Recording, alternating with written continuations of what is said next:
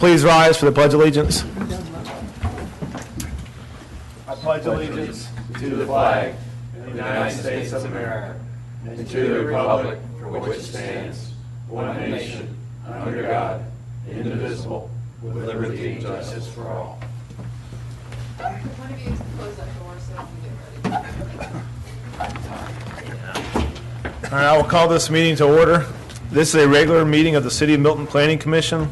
I am Peyton Jamison, Chairman. This is a 7-member commission appointed by the City of Milton Mayor and City Council, created for the purpose of holding public hearings and making recommendations on rezoning, use permits, concurrent variance applications, comprehensive land use plan and plan map, and other related plans and amendments to the zoning ordinance.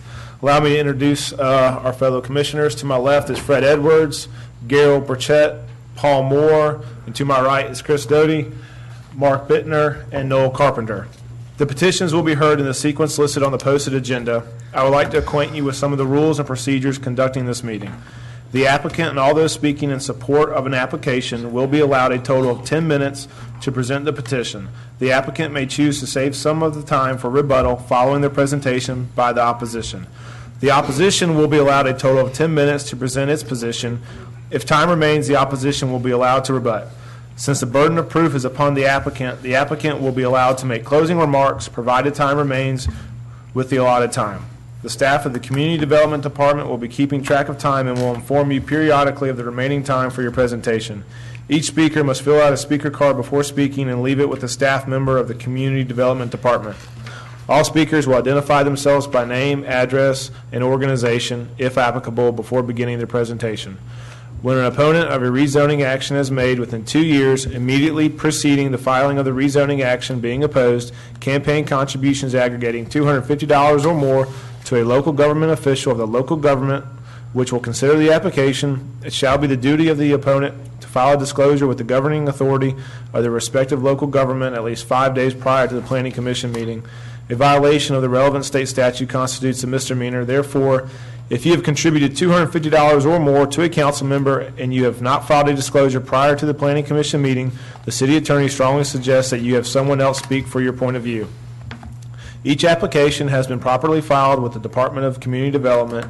Signs have been posted on each site. The matter has been advertised and notices have been mailed to property owners affected by this zoning as required by the Milton zoning ordinance. The Planning Commission's recommendation will be forwarded to the City of Milton Mayor and City Council for final disposition. The Mayor and City Council hearing will be held approximately 3.5 weeks from this hearing on the third Monday of each month at 6 p.m. in the council chambers. The Community Development Department has reviewed each application in conjunction with the various agencies and departments, both internal and external to the city. Staff's recommendations, findings, and conclusions are here before us in written form, which has been made available to all petitioners and to the public. Demonstration of any sort within the chamber is prohibited, so please refrain from any applause, dialogue with the person speaking, or outbursts. Please turn off all cell phones or place them on silent. All remarks will be addressed by the Planning Commission. Please show the same respect to the person speaking that you will expect to receive yourself. In addition, the applicant shall not submit material to the Planning Commission during the meeting unless requested to do so by the Commission. All material that you wish to be reviewed by the Commission in consideration of your application should be submitted to the staff of the Community Development Department to be included in the normal distribution of packages to the Commission. Finally, to the applicant, if your petition is deferred in accordance with the Milton zoning ordinance, you are required to update or obtain a new sign for reposting. Failure to update or repost will result in further delay. There are no exceptions. At this time, I'd like to call for public comment. This is something, if you're here to speak, that is not on the agenda. So if there's someone here to speak that's not on the agenda. No, nobody's putting anything in. Okay. I move. Go ahead, Fred. I move we close public comment. I'll second that. Got a motion and a second. All those in favor say aye. Aye. Opposed? It's unanimous. Okay. Approval of the March 25th Planning Commission meeting minutes. Anybody remember that? I don't know if I'm on. Under 5, Chris, was it you? at the bottom of the. I thought it was you. That's okay. Could be. I nominate you. Sure, it was me. That's Chris. Thank you. Anything else? Did you have one, Fred, or was that for the other? That's the other. The other one. Come on, it was 5 pages. You guys can't find another one. No. Step up for me. Good.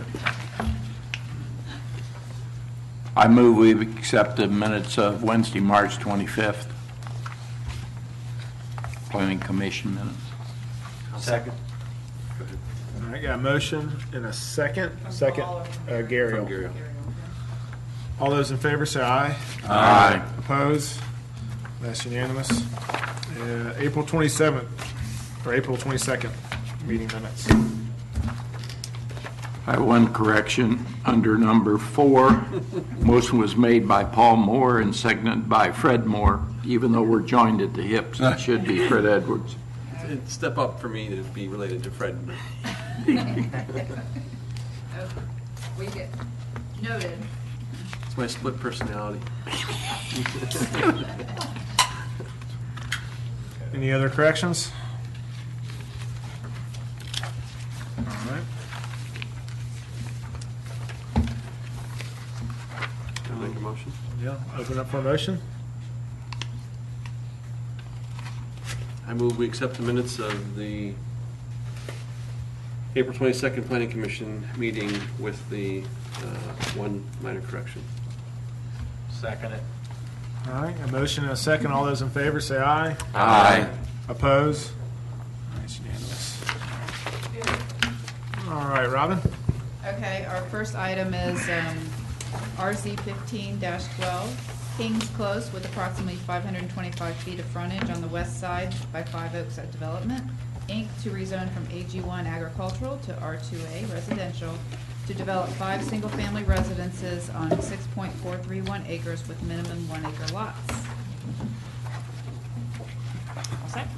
Mr. Chairman, members of the Planning Commission, in terms of RZ 15-12, the first slide, it is an aerial with the parcel outlined in red. The current zoning is AG1. The future land use map shows this area as private recreational. We believe that this was a mistake on the land use map, but that's what the land use map currently reads as. The site plan submitted March 27, 2015 shows the 5 lots in question. The lots start at the end of the cul-de-sac with the lot that has the existing house on it, and then works its way back in a northerly fashion to the other 4 narrow lots. And these lots are directly across the street from Forsyth County. Subject site contains 6.431 acres and is developed with 1 single-family residence as well as a new street called Kings Close. The street is bisected with the Forsyth County line. It is currently zoned AG1 and is accessed through the Manor Golf and Country Club via Watson's Bend. The site is located within the private recreation designation of the City of Milton 2030 Comprehensive Plan. The subject site was not land within the golf course and therefore mislabeled on the plan map.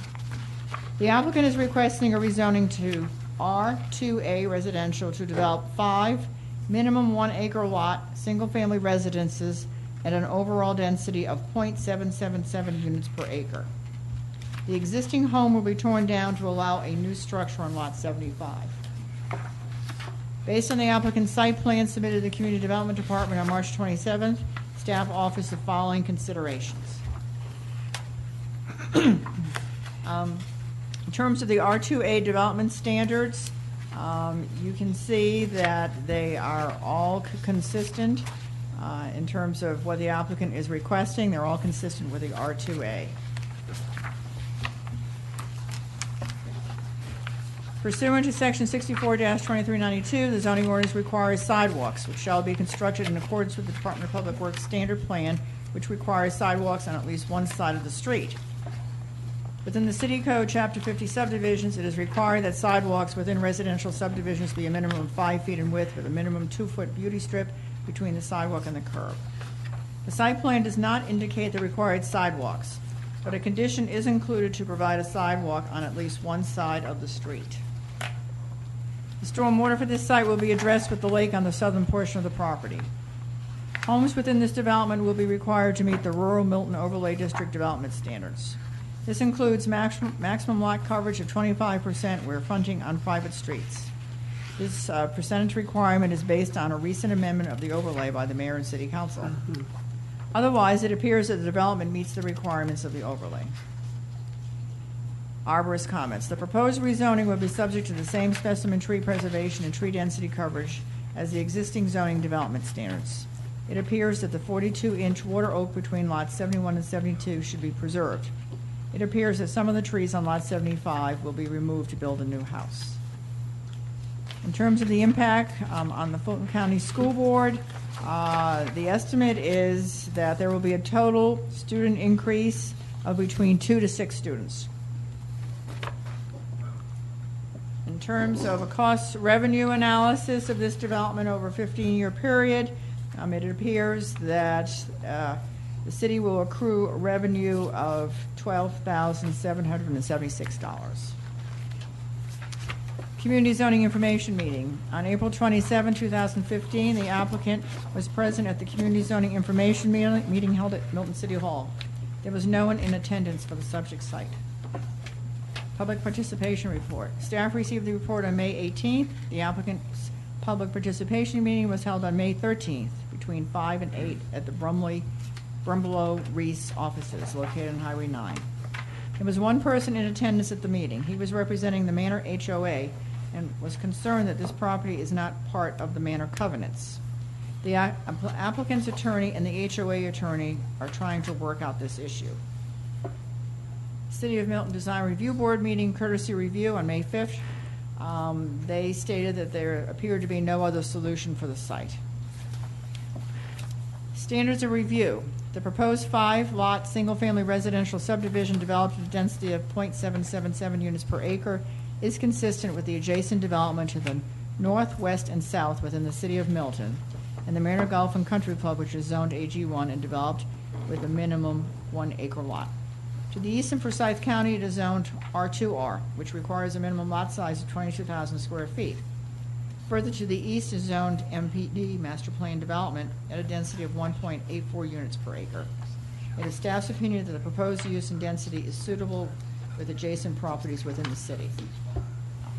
2, staff does not anticipate a significant impact on public services or utilities. It is staff's opinion that the proposal will not cause a burden on transportation facilities if approved with the recommended conditions. 3, proposed use density. Single-family residential at 0.77 units per acre is consistent. Although the plan map recommends private recreation, pardon me, it is believed it should have been designated low-density residential based on the designation for the manor. This property was not a part of the golf course itself. In addition, the R2A zoning designation is acceptable within the low-density residential designation. 4, the proposed development is consistent with the adjacent development for lot size and density, but the applicant requested the R2A designation to allow smaller setbacks to be consistent with the opposite side of the road within Forsyth County. And this really is the genesis of the request for this evening. And this request is consistent with the 2030 future land use plan, and therefore staff recommends approval conditional of RZ 15-12. Conclusion, the proposed 5-lot single-family subdivision is consistent with the City of Milton's 2030 comprehensive land use plan and adjacent nearby properties. Therefore, staff recommends approval conditional. Recommended conditions. To the owner's agreement to restrict the use of the subject site as follows. A, single-family detached dwellings and accessory uses and structures. B, no more than 5 total dwelling units at a maximum density of 0.77 units per acre, whichever is less, based on the total acreage zoned. 2, to the owner's agreement to abide by the following. To the site plan received by the Community Development Department on March 27, 2015. B, all areas which are not part of an individual lot and held in common shall be maintained by a mandatory homeowners association, whose proposed documents of incorporation shall be submitted to the Community Development Department for review and approval prior to the recording of the first final plat. 3, to the owner's agreement to the following site development considerations. A, minimum 1-acre lots. B, minimum heated floor area per unit, 4,000 square feet. To the owner's agreement to abide by the following: A, provide 5-foot sidewalk with 2-foot beauty strip on at least one side of internal streets. B, dedicated, no cost to city, at least 10.5 feet of right-of-way from the back of curb of all abutting road improvements, including along the entire property frontage, as well as allow the necessary construction easements while right-of-way is being improved. 5, to the owner's agreement to abide by the following. Prior to the application for a land disturbance permit, the developer engineer shall submit to the Community Development Department a stormwater concept plan. B, the stormwater management facility shall utilize earthen embankments where possible. Walled structures are not encouraged. And that is my presentation, Mr. Chairman. Thank you, Kathy. Any questions directly for staff before I call the applicant up? Okay. Robin? Who's the applicant? Yes. It's Mr. Scott Reese.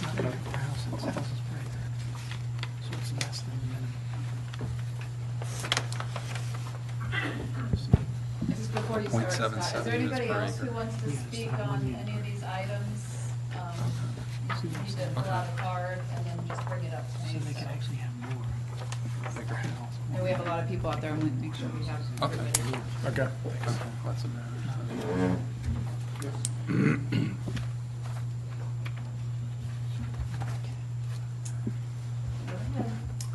Mr. Chairman, members of the commission, I'm Scott Reese, doing business at 13685 Highway 9, Milton, Georgia, 30004. I'm here tonight representing Mr. Louis Renault in his application to rezone the property known as Manor Phase 5B.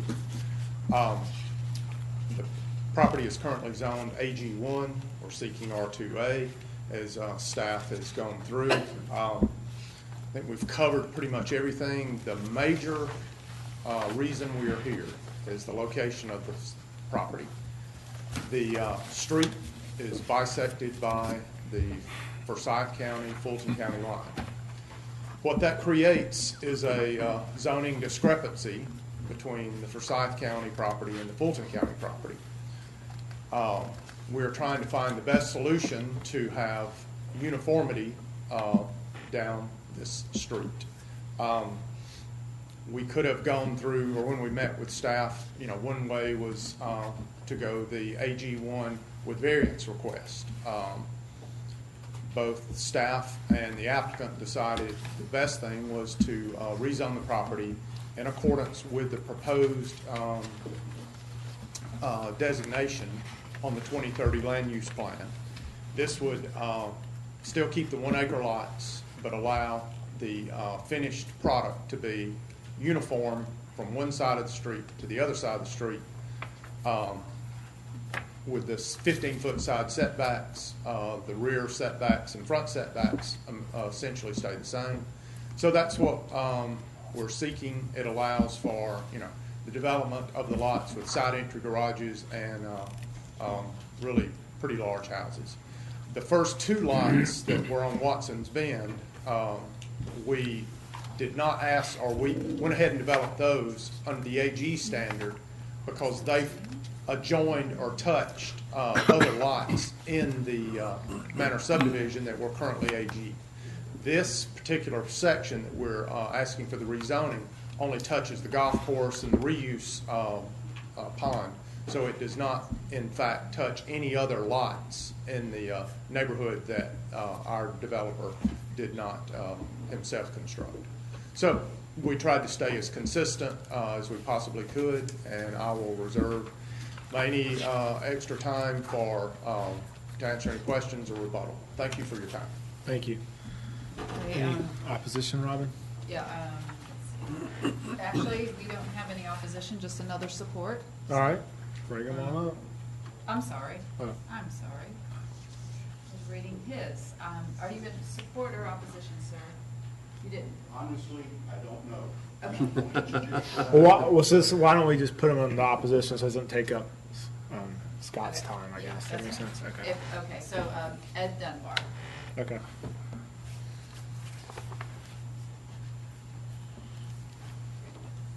You just give your name and address. Okay. My name is Ed Dunbar. I live at 15852 Meadow King Court in the Manor subdivision. I'm a member of the Board of Directors of the Homeowners Association, and on the Architectural Review Board, which gets involved with design and so forth. And I'm here with Rachel Marlowe, who is also a member of that board, and our council. Mr. Renault is our neighbor, so, and has built houses in the subdivision. What we don't understand is we're not at a point where we've resolved whether or not this property is going to be subject to the covenants. The first two lots that Scott mentioned are. And we're not, so we're not certain, Mr. Renault and attorney and our attorney, as was mentioned by staff, have sought to talk, but they have not successfully reached an agreement. I don't really know that they've had detailed discussions at this point. So, we were concerned that this, and forgive me because I'm not that familiar with the process, that the process just keeps marching forward without us at least saying, we have, concerns. They're not necessarily, vehement opposition if, for example, there's going to have to be a homeowners association. There is an existing homeowners association. There are existing design requirements, covenants, and we'd like to be clear that the Forsyth County property that was mentioned has agreed to come under the covenants.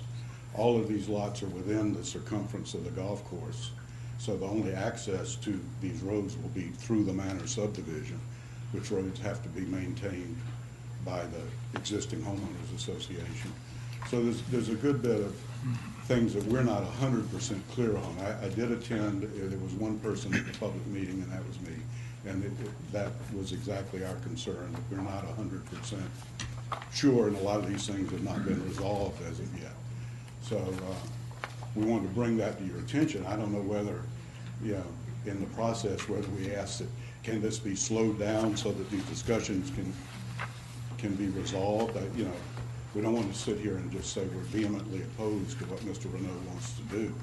That's not necessarily the case, but, and there are also questions, we're not 100% clear on the easements for the golf course now. That is a separate issue from the homeowners association, but, we've had questions raised in front of us about that. So that was my purpose, to come here and say, it's my shortcoming that I don't know the process forward, but I at least wanted to say the homeowners association and the board have some concerns about just marching ahead. If y'all would take that into consideration, we'd appreciate it. Any abeyance would probably be, a delay would be what we'd be very interested in, so we have a chance to resolve these things with Mr. Renault. Thank you. Thank you.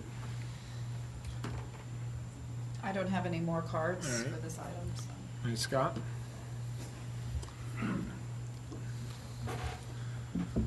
Well, through the long and tortured history of the development of the manor, there were many ups and downs, as anyone that has done business with Mr. Brooks in the past. This is the original Dr. Dudley King residence. The King family held this parcel out while Dr. King was still alive, or his family.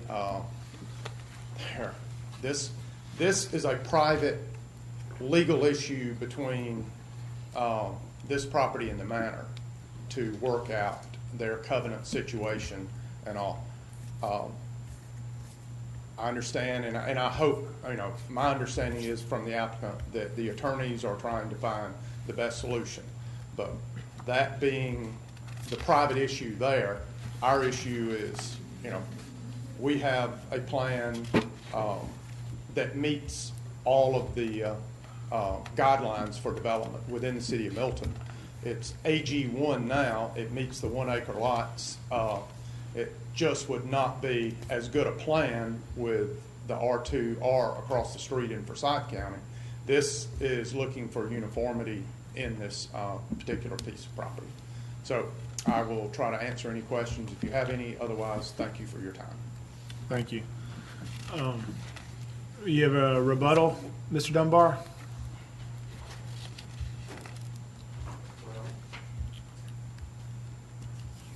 Philosophically, I don't disagree with Scott that there's,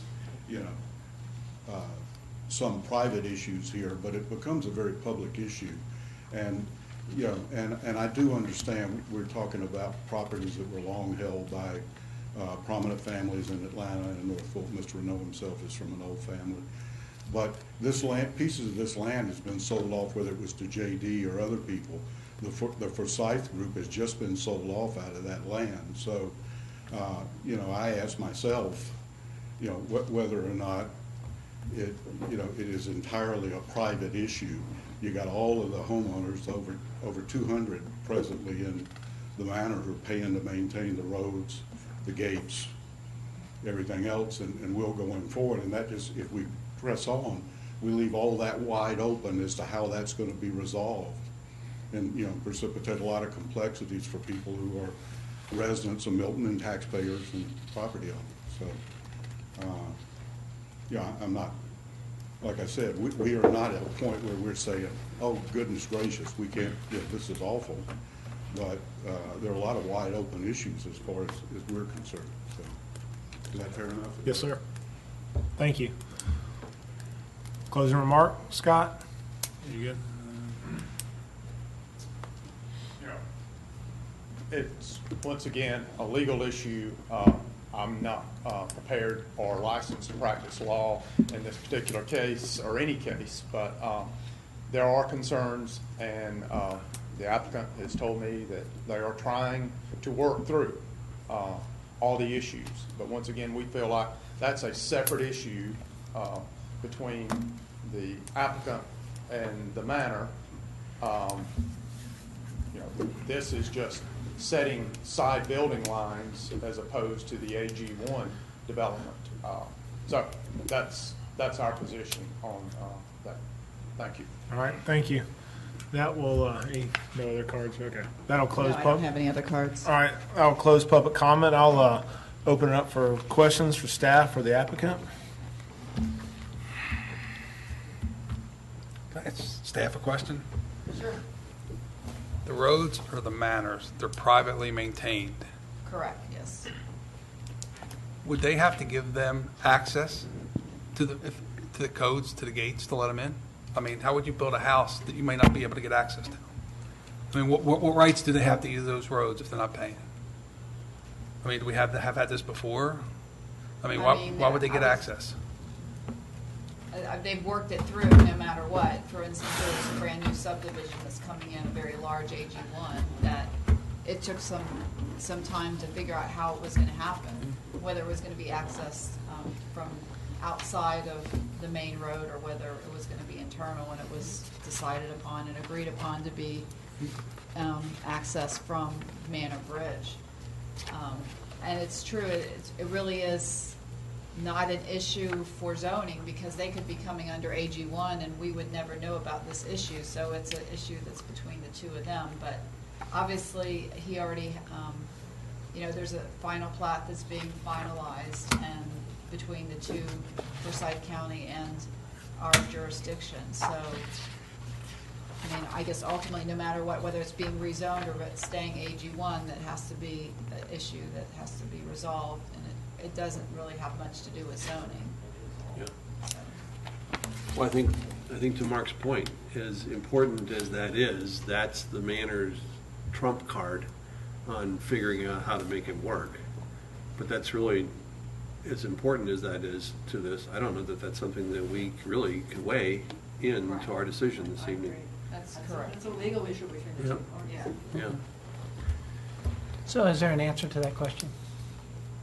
About whether, I suspect they could keep those residents out of the manor, but I mean, obviously, hopefully some resolution would come before that drastic measure would be taken, because Mr. Renard has already built and developed other lots that are in the back, and other phases have been developed over time that there's come to an agreement. So And- either they're accessed through the manor, or they've chosen, for instance, there's another subdivision that's being developed by Ryland. They are technically, you know, they have access off of Hopewell versus having access within. So, So if they can't come to agreement, then they could come in a different way and not use the roads of the manor. I don't know what the, Not this, No. see how they could in this case. unless it Again, what does was, that have to do with us? does it come from Forsyth? When you Is it approve like- something, it Not at this gets half point, done there and they isn't. never No, there's resolve it. not, I mean, You know? they will have to work out. Yeah. I mean, they gotta work it out. That's- Right. It's, Why have to that, go work? you know, It's not that hard. it may take a little give and take that I'm really not part of. I'm just trying to rezone it in a sensible manner to match the stuff across the street. But every one of these out parcels in the manor has been a tortured process to get. I don't know how many have came before you guys, but on my sidelines, I've been privy to several arguments on that. And they always get settled. It's just, And we but it haven't is a had it. private matter. This is the first rezoning that's actually come before you. We had another application, but they withdrew before it got very far. Robin, on, across the street, when it, or maybe Mr. Reese can answer this, on lots 82 through back to 76, which all appear in Forsyth County, correct? So has Forsyth County, everything's approved of those lots, so did they meet with the manor and get approval to come down that road? I mean, they're private streets. They're private They're streets. private agreements for access. Right. So, before building permits are going to be issued, everything will be addressed. Okay. So they haven't built, there hasn't No, been there anything built in Forsyth? No, Okay. but it's, you know, the final plat is in the process. We can't approve the final plat until we have the zoning. Understand. So, but it's on their desk, waiting for you guys to, you know, decide whether we're gonna be an AG1 or an R2A. But, yes, Forsyth County is aware of the same situation. Okay. Thank you. Yeah.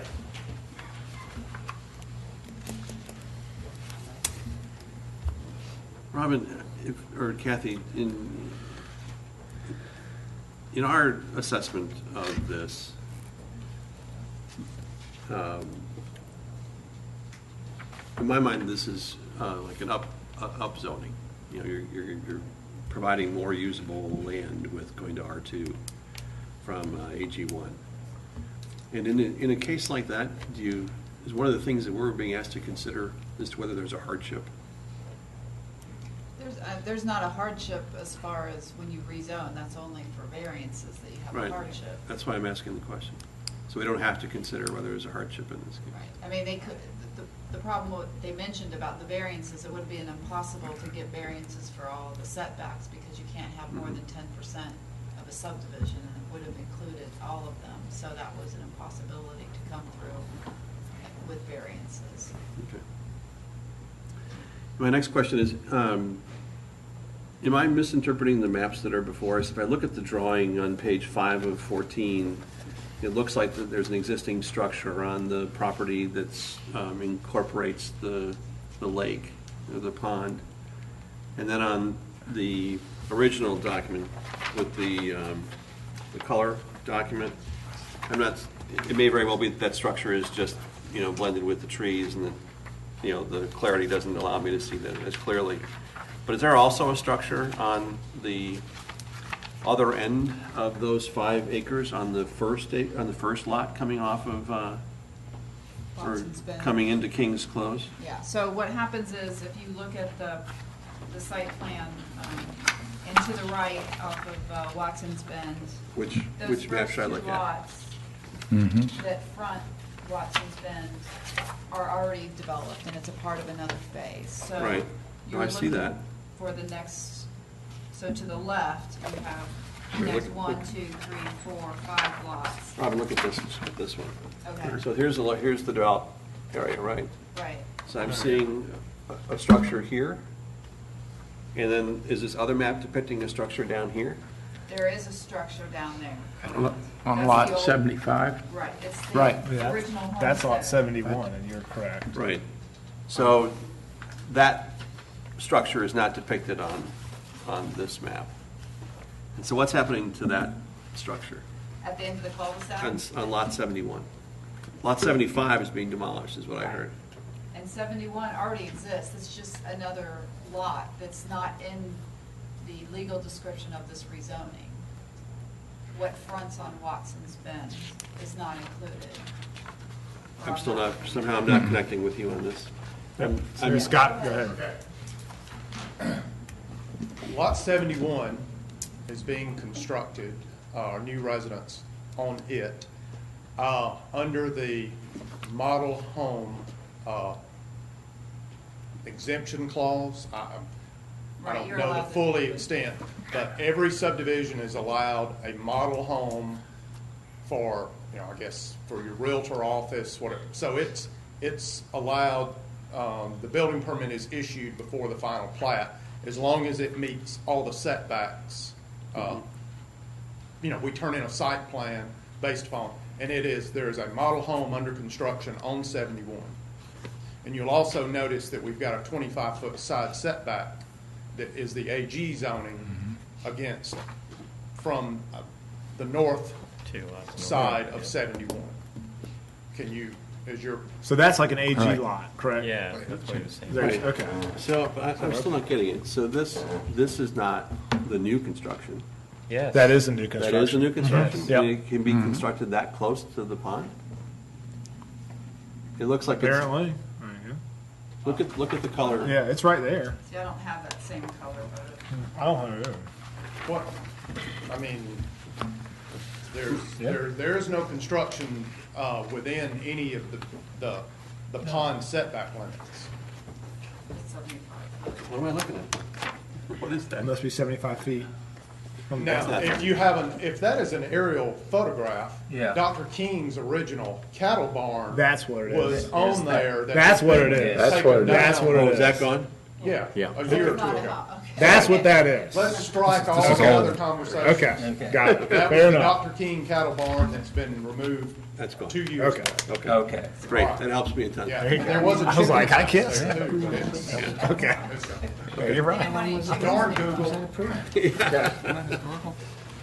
Okay.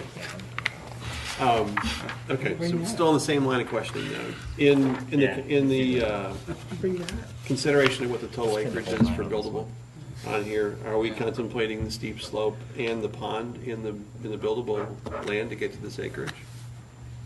The way the property lines are drawn on here on lot 75, is it that? Yes. Is that being Right, so drawn it- that it way because it's being includes a little included? bit of the buffer, it includes a little bit of the golf course easement, which that lot coverage has been amended to exclude golf course easement. And so, yeah, and we don't have any rule against the buffer. The lot can be in the buffer, and that's very normal. We have lots of lots in buffers, but you just can't, you have to stay, your buildable area has to be out 75 feet from there, from the Okay. edge of the pond. Right. So I mean, I guess if one was to, I couldn't calculate by looking at it, I guess No. if one was to take out the golf course easement, really that's what's, it could go under the, I mean, it possibly could be less, I don't know by how much, but that's not something that's in consideration anymore with the lot coverage. The last text amendment, they got rid of the calculation of golf course easements. So the hearing council didn't take our advice. Correct. Okay. But again, that, even if it had one, they could still do it, it just, when they started calculating lot coverage, it would be taken out. So it's not to say you can't have a lot that includes that. Right. Yeah, and that's my point, is if you, And I guess to answer your question, many lots in the manor include the lake and the golf course. yes, I know, we as made part some of it. exceptions for that, yeah, Well, that's just how it's been done from the very beginning. yep. I got one question, Scott. Yes, sir. It stays AG1, how many lots can you do by right? 5. Okay, that's all. I have the original manor That's all I master need. plan That's, as approved. okay. Yeah, that's the trouble. That's the real question. Yeah, I mean, so, It pretty much is. I mean, they want uniformity within the subdivision, and This I allows get it. for Yeah, the I get width it. of the houses Fair to stay enough. consistent. Fair enough. But Scott, Yes. while you're there, assuming that we would approve this, a couple of questions. First of all, about the sidewalks. Yes. Are you willing Yes. to put the Yes. sidewalks The in? sidewalks will be built on both sides of the street. Both sides? Yes. Okay. That's- And the other question was in relationship to the stormwater coming off into that lake. What kind of a problem do we see with that? Is the lake such that, we have, The lake has, since the construction of the manor, has served as a detention stormwater facility okay. for the golf course. That was the question. It's all subject to, it has to meet the stormwater management as far as the first flush, pre-treatment on before going in. But yeah, that's all being addressed on the final plat. okay. Or- Are they using that to pump water onto the golf course? Do you know? Just as The pond up to the north is designated as a reuse pond. reuse pond, right? This one, because of some of the legal wranglings with the Dr. King family still owning, has not been Okay. used for that purpose so far. Okay, And I don't know what will Okay. happen finally. okay.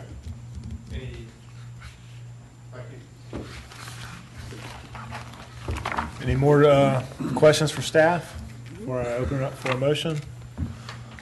All right, I'll open it up for a motion. I make a motion, we approve RZ 15-12 with staff's recommended conditions. I'll second that motion. I got a motion and a second. Any discussion?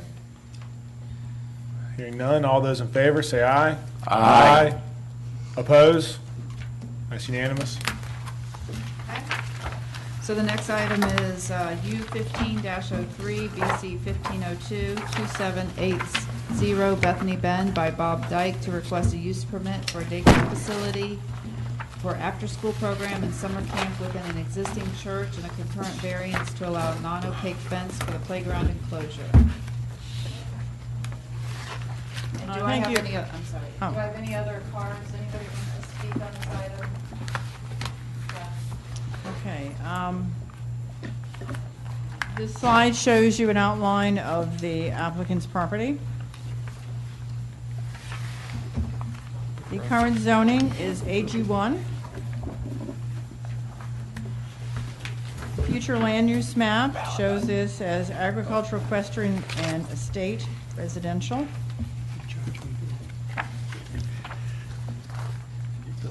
Here's a copy of the site plan submitted on March 27th. The subject site is zoned AG1 and developed with a 120-seat church on 7.1266 acres. Proposed requests include, the applicant's letter of intent explains their plans for the proposed after-school and summer camp programs. The programs will be operated by Wonderland International Learning Center. Students attending the after-school program will be drawn from local elementary schools ranging in age from 5 to 12. There may be some tutoring classes offered for students from middle school and high school. The maximum number of students in the after-school or summer camp would be 60. The church building has approximately 500 square feet. The after-school program will utilize 3 classrooms, a large society room, and 2,100 square foot sanctuary. A flat, open grass area of approximately 11,500 square feet in the rear of the church will be used for outside activities. A 1,024 square foot area in the rear of the open area will be dedicated to a playground facility. Grassy area in the playground will be enclosed with a 6-foot-high decorative black aluminum fence. They are seeking concurrent variance to replace the required opaque fence with an aluminum vertical rail type fence. Based on the applicant's revised site plan and revised letter of intent submitted to the Community Development Department on March 27th, staff offers the following considerations. In terms of the required standards, The applicant meets all of the required standards except for item number 2 and has requested for that standard a concurrent variance. The applicant meets the standards for the daycare with the exception of the request to construct a non-opaque fence around the playground, which is discussed as follows. BC 15-02, to allow a non-opaque fence for the playground enclosure. The applicant is proposing a non-opaque fence to surround the playground. A black metal vertical fence was proposed.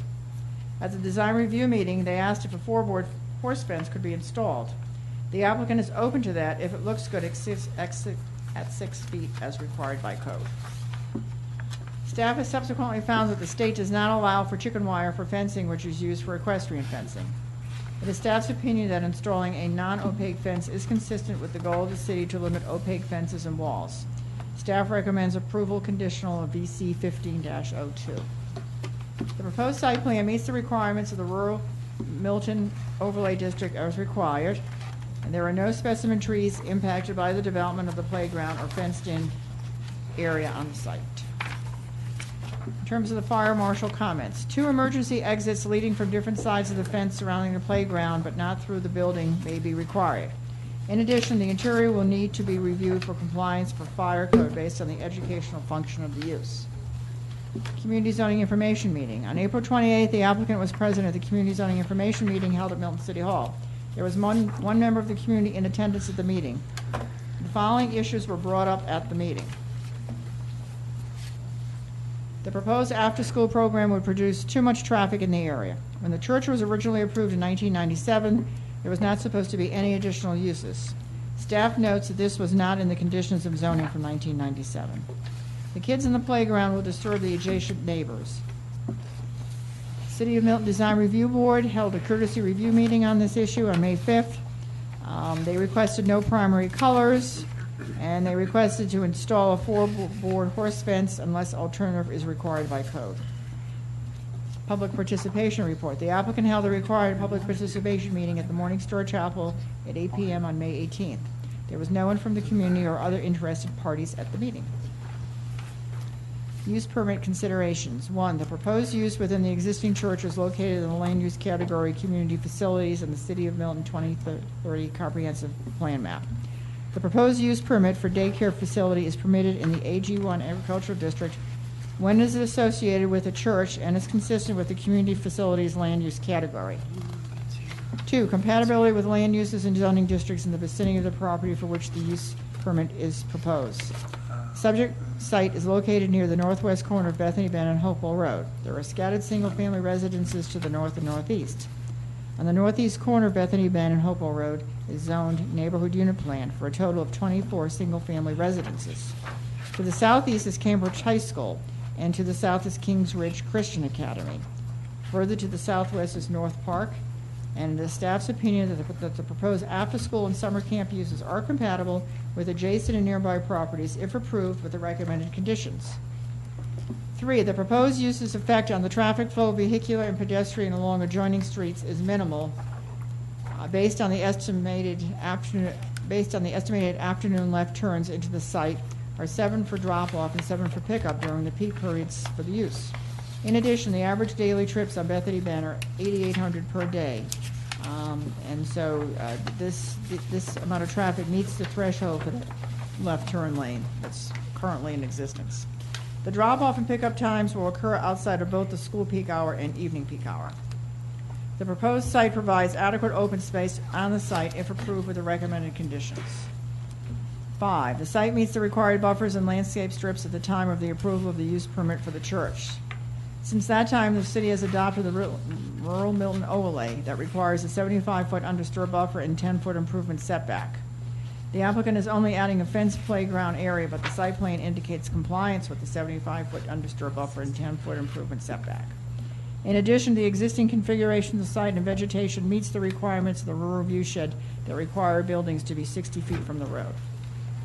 The following hours are proposed as indicated in the applicant's letter of intent. Monday through Friday, 2:30 p.m. to 7 p.m. School holidays, 8 a.m. to 7 p.m. Summer camp, 8 a.m. to 6:30 p.m. It is staff's opinion that the above-mentioned hours of operation are reasonable for the proposed uses and will be included in the recommended conditions. The proposed use will access the site using the existing driveway, which includes a right turn lane on Bethany Bend. Utilizing the International Traffic Engineers trip generation rates for a daycare center based on 60 students, there are an estimated 25 a.m. entering trips for drop-off and 23 p.m. entering trips for pickup. The distribution for entering vehicles is projected to be 70% westbound and 30% eastbound. If approved, with the recommended conditions, the proposed after-school program and summer camp associated with the church are consistent with the City of Milton 2030 future land use plan and policies. Therefore, staff recommends U 15-03 and VC 15-02 be approved conditional. With these recommended conditions, 1, to the owner's agreement to restrict the use of the subject property as follows. A, as an after-school and summer camp within the existing building for no more than 60 students. The hours of operation shall be the following. After-school program, Monday through Friday, 2:30 to 7. School holidays, 8 a.m. to 7. Summer camp, Monday through Friday, 8 a.m. to 6:30 p.m. To the owner's agreement to abide by the following. To the site plan received by the Community Development Department on May 27th. Said site plan is conceptual only. 3, to the owner's agreement to the following site development considerations. No primary color shall be used for the playground equipment, and to allow non-opaque fencing for the playground, which is the VC 15-02. And that is my presentation, Mr. Chairman. All right. Thank you. Any questions for staff before the applicant comes up? Just one, Kathy, it's, or Robin, on page 6 of 12, typo in the bottom paragraph, the last sentence states students in the after-school or supper camp should be summer camp.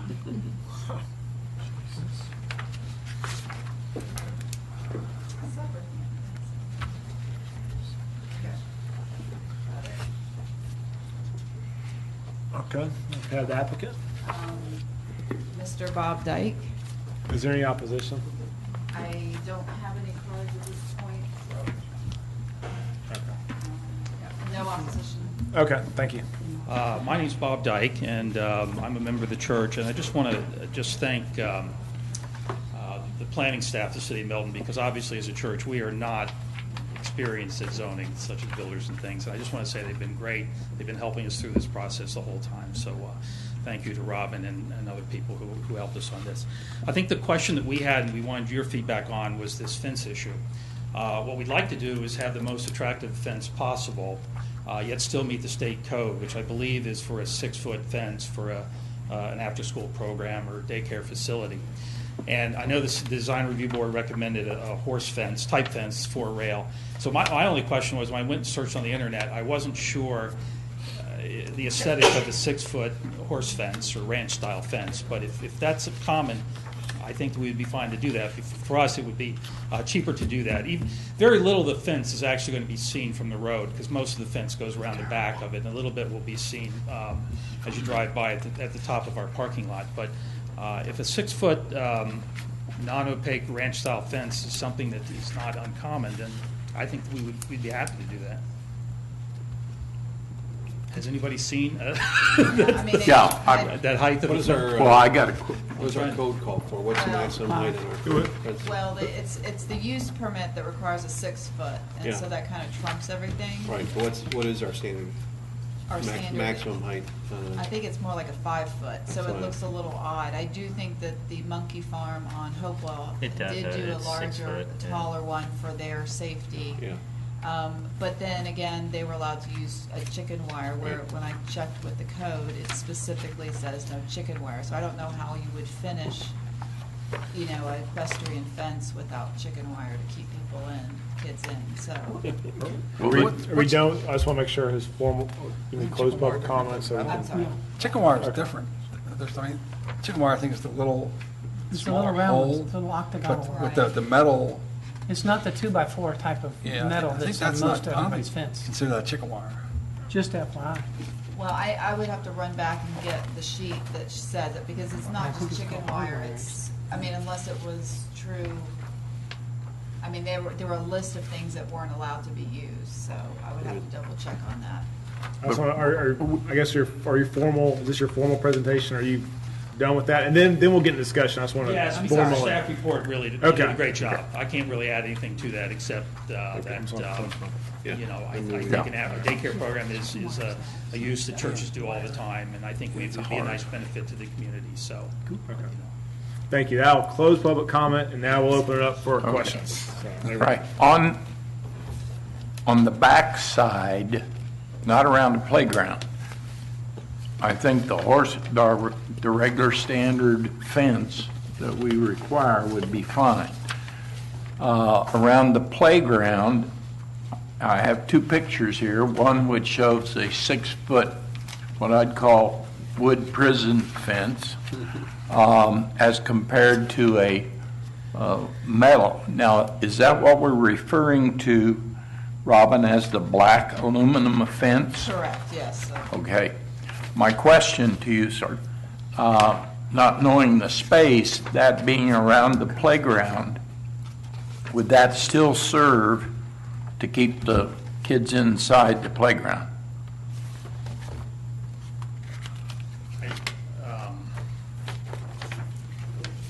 I think it would. Yeah. I think that that's what they, when I looked at the code, I mean, that type of fence would be okay. Would be okay? Right. But, okay. A vertical metal, yeah. Because whether I can see it from the road or not, the wood, to me, personally, 6-foot Playground? wood fence is, like I say, pretty bad. Yeah, I think that's what.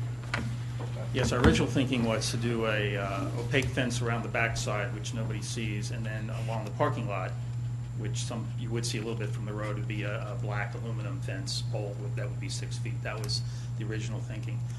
So then we went to design review. They said, well, that's not really the standard. So we're just trying to kind of work that issue out to see what is ultimately the best thing to do. We're pretty flexible on, whatever.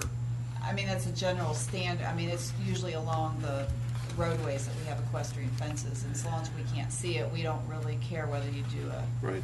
Interior. And that was really just a suggestion from the design Right, review board. yeah. Mm-hmm.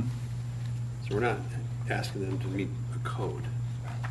So I guess Kathy made a good point. I mean, so long as we allow for the non-opaque, because that's our rule, Right. then they can figure out what kind of fencing would be done ultimately. Yeah, don't they need a license from the state? Yeah, exactly, and that's And what we're saying. the state's Right. going to come in and say the fence is either acceptable or not us. Right. But the state does allow non-opaque Yeah, fences. no chain link. Yeah, so. Yes, yeah. so, but our use permit for some reasons requires an An opaque opaque, fence. So we're just they're asking for that variance to give them some leeway. Flexibility to on pick up type. the Yeah. appropriate fencing.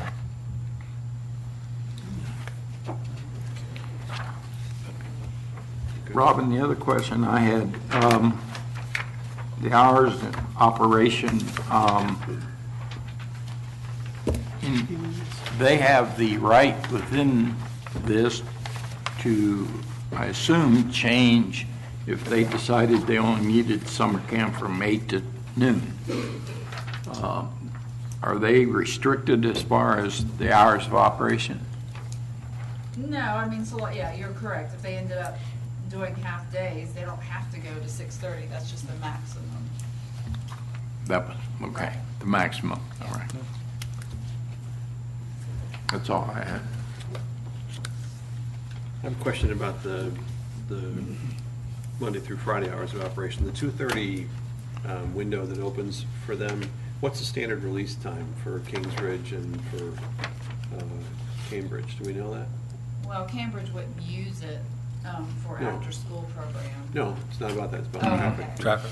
For, Yeah, it's King- 4 o'clock. Yeah, I mean, I would, yeah, the High high, high school's school's 4 4 o'clock.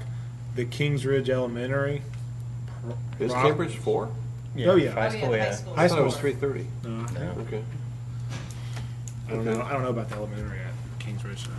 Well, it's not gonna make any difference on Bethany Bend anyway. You can Because add they're not the end. 10 cars, No. and it's still gonna be, or you can add 50 cars, and it's still gonna be backed up to, where. Yeah. I mean, typically and in the afternoon, the elementary schools that will be using this will be bringing them in a bus anyway. So you may have 4 or 5 buses, so you're not really producing that much Yeah. traffic. It's adding to the area. And then in the evening, obviously, pick that location typically because it's on their way home from work, so. Yeah.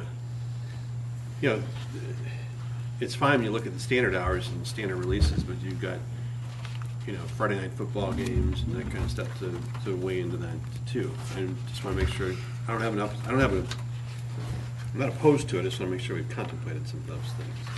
You know, I want to make sure we understand why it's, they suggested that in one part of this, it's 7 drop-offs and 7 pickups, and then it was 25 and 25. Why is there a difference in those numbers? The international scale, whatever it was, Kathy, that you represented in the latter part of your presentation, is what generated the 25 and 25 drop-offs and pickups? Yeah, that's the transportation. International transportation, IT services. Right, so where does the And 7? so those are the typical, I mean, I think that that's a typical daycare. I don't think that ITE contemplates an after-school program. I think that's your traditional daycare where you have somebody dropping off individuals at 7 to 8 in the morning and coming to pick them up at 6 or 6:30. So it's not actual oranges or apples and apples. Okay. Right, it's just a standard. It's just a standard. Okay. I guess, and my last question is for the applicant. One of the requirements is that this school is actually, or the daycare is actually run by the church. Is that the case? This is a entity that's solely operated by the church entity? No, we have a company called Wonderland International Learning Center that would actually do the day-to-day operation of the daycare, or the after-school program. Okay, so does that meet the requirements that are associated with the church?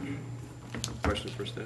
I mean, it's located within the church. I mean, that's the idea. I mean, we don't dictate who actually runs the program. It's physically, unless you had a church use permit approval, you could not have a daycare in HB1. So it does not get specific enough to say it has to be exactly the church that runs it. It has to be associated with the church. Great.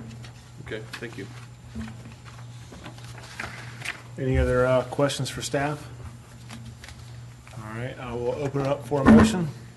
Just one more. Okay. I'm sorry, one more quick thing. So just to make sure I understood the applicant. The applicant is willing, or the applicant has asked for the ability to do the aluminum fence.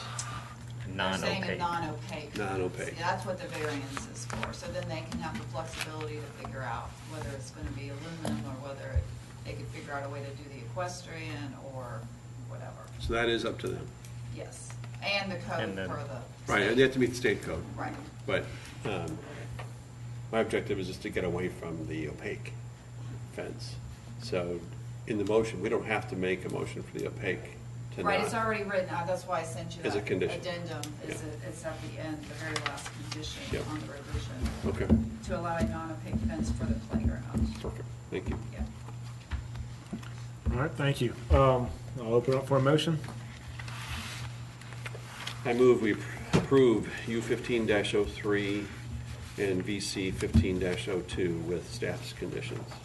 I second that. I got a motion and a second. Any discussion? All those in favor say aye. Aye. Oppose? That's unanimous. Okay, the next item is RZ 15-08, Chapter 64 of the City Code to amend Section 64-1811, equine garment fabrication use permit. Thank you. Mr. Chairman, this comes before you because, as you may be aware, the City Council approved allowing by right equine garment fabrication uses in the AG1 zone. It was allowed by right only up to 2,000 square feet. So the issue came up is if someone wanted to establish an equine garment fabrication facility over 2,000 square feet, that the council asked staff to come up with a use permit to allow that. Now, pardon me, in order to come up with a use permit, we need criteria by which to consider that permit. So what you have in front of you is essentially our thoughts related to what those standards or criteria would be for that type of use permit. And you can see here that we have determined that the structure shall be over 2,000, so 2,001 gross square feet or more in size. Structure shall be located 75 feet from all interior property lines. 3, to provide a 50-foot understory buffer and 10-foot improvement setback adjacent to all interior property lines. And 4, that all fabrication, wholesale, and retail sales and storage associated with the permitted use shall occur entirely within a completed enclosed building. So those are our proposed criteria for a use permit for structures housing equine garment fabrications that are over 2,000 square feet in size. Thank you. Is there any public comment on this, Robin? There is not. Okay, then I'll open it up for questions for Kathy and Robin. I kind of want to get a little more of the background on why, I guess we went from, why couldn't there be a use permit? Why was it allowed by right on the first one? I just feel like we're kind of, and now we're opening up to a retail sales with over 2,000 square feet minimum. I mean, it's a little. As a use permit. You're right. Yeah. So can you kind of maybe? So what was approved by the council last month or whenever it was, we created a use permit definition. And within that definition, we kind of took what there was a lot of definition in the original use permit. So I took a lot of that verbiage. But what it did not have was retail component to even the use permit that existed. Okay. And so when I created the definition, I implemented that. And then in this, so that would allow that a particular situation would be able to exist, because actually they did also not just wholesale, they also did retail in reality. And so what the council did was they went ahead and approved it by right for up to 2,000 square feet, as Kathy said, with the new definition that included retail component to it. Up to 2,000 square feet that included retail. Right. By right. By right. I'm just curious how we went from use permit to by right is my. Because they asked us to change it from a use permit to allow it by right. Yes, that came from the council. That was a Okay. request by All the right. council, so that's what we did. Okay. And we brought it before you all, and then it moved on to the city council. All right. Right. But when I got to city How council, did we they vote? said, this is fine. We voted How do we 7-0 vote? to say no You guys thanks. denied it. Okay, so we voted 7-0, don't do it. That's Right? right. Okay. So it went to Make sure council, and the the voice council was heard. approved it. Right. But they said, well, now, but this only limits to 2,000. What happens if someone comes in with something over 2,000? They go to Forsyth County. And we don't have any way of dealing with that, so let's establish a use permit. So it is allowed case by case, though, for over 2,000. Whether it's No, wholesale or we retail. replaced the And use, said yeah, we we need replaced the use criteria. permit, So we yeah. came up with criteria. So we can go ahead and vote on this. I think we're I'm ready to good vote. on that. We're just doing what the council I asked. know, and I'm fully understand that. Yeah. Any more discussion or? Well, my big, define fabrication. What does that mean? Or how about retail At what point? sales? No, well, fabrication means you build them there. I know. At the same point, what point do you start? Horse farm. I mean, The we got tanning? I Boot, mean, we don't boot know. factory depot. And, you know. So. I'm ready. Do we define fabrication in No. the glossary? I mean, no, not in our definitions. in the zoning Definitions. And what do horses wear anyway? Blankets. We're saddles, Noel.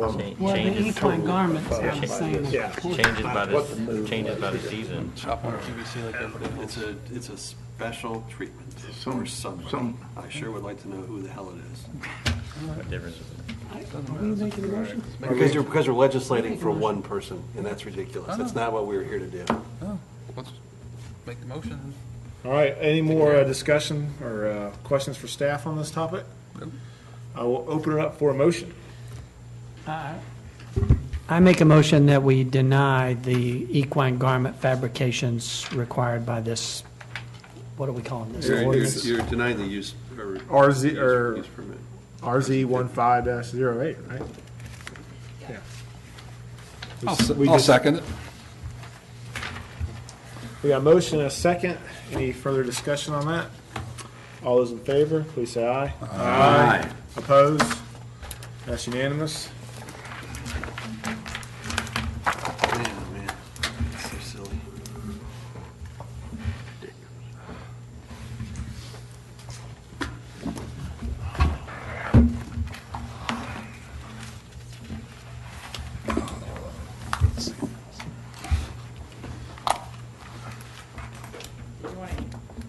Oh, I'm sorry. Got instructions on my book up here. It's really going around. RZ 1511, Chapter 64, the City Code, Article 21, to create the Arnold Mill Farm-Based Code. Thank you. Mr. Chairman, members of the Planning Commission, if you remember at our last meeting, seems so long ago, but our last workshop meeting, we had a presentation on the form-based code by our consultant. Subsequent to that meeting, we have made a few changes that I would like to bring to your attention. The first is that we did hear from several of the landowners in the area, specifically at the intersection of is it Cox and Green? Yeah, and Arnold Mill. In terms of the proposed density that we were showing for the T3 and the T4 areas. As you know, this is a very sensitive area in terms of density because we look to the comp plan that speaks to the Arnold Mill area and encourages us to really use TDRs to the greatest extent possible for the purpose of saving our green space.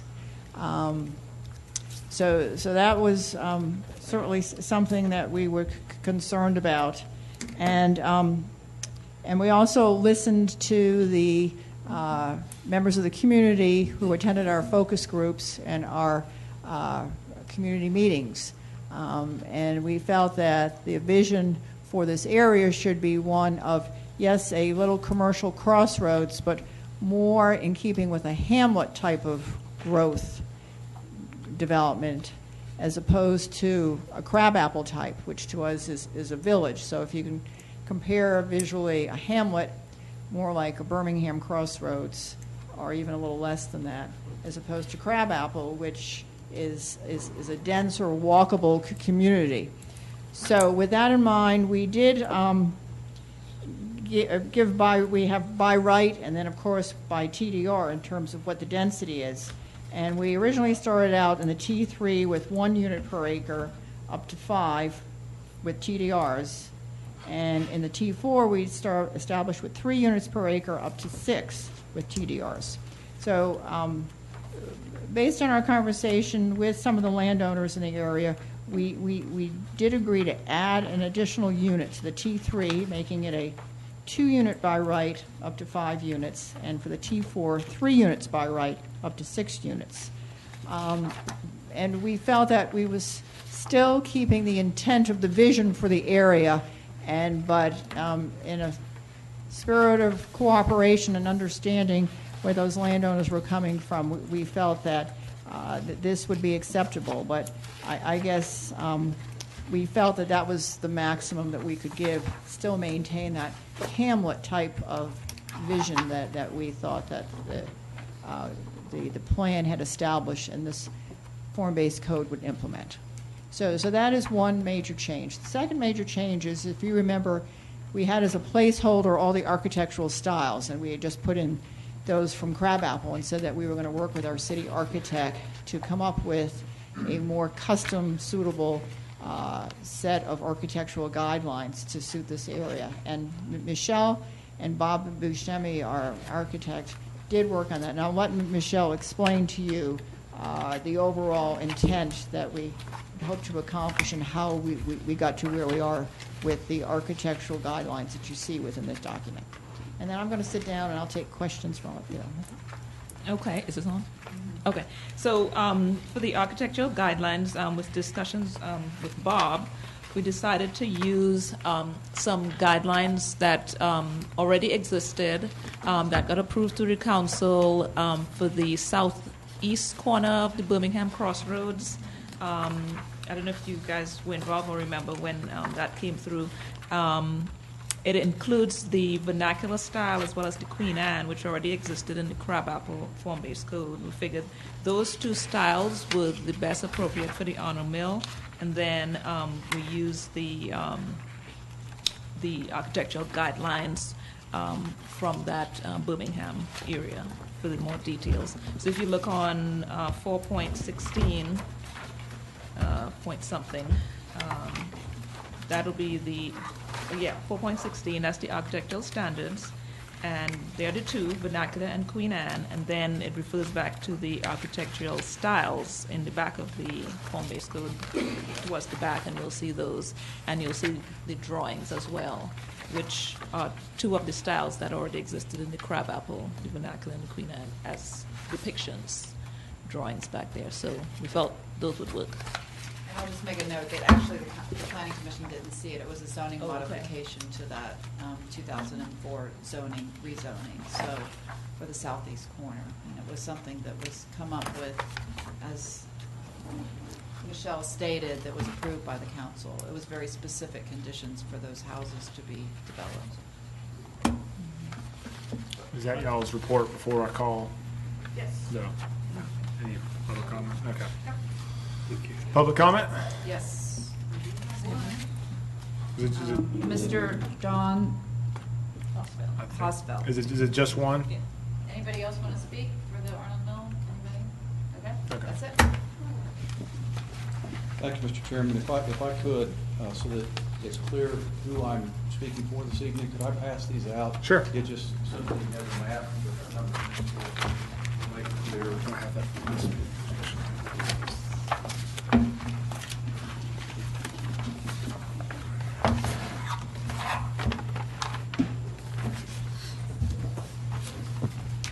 My name is Don Hosfeld, 345 Cox Road. Thank you, Mr. Chairman, and members of the Planning Commission for letting me speak on this issue tonight.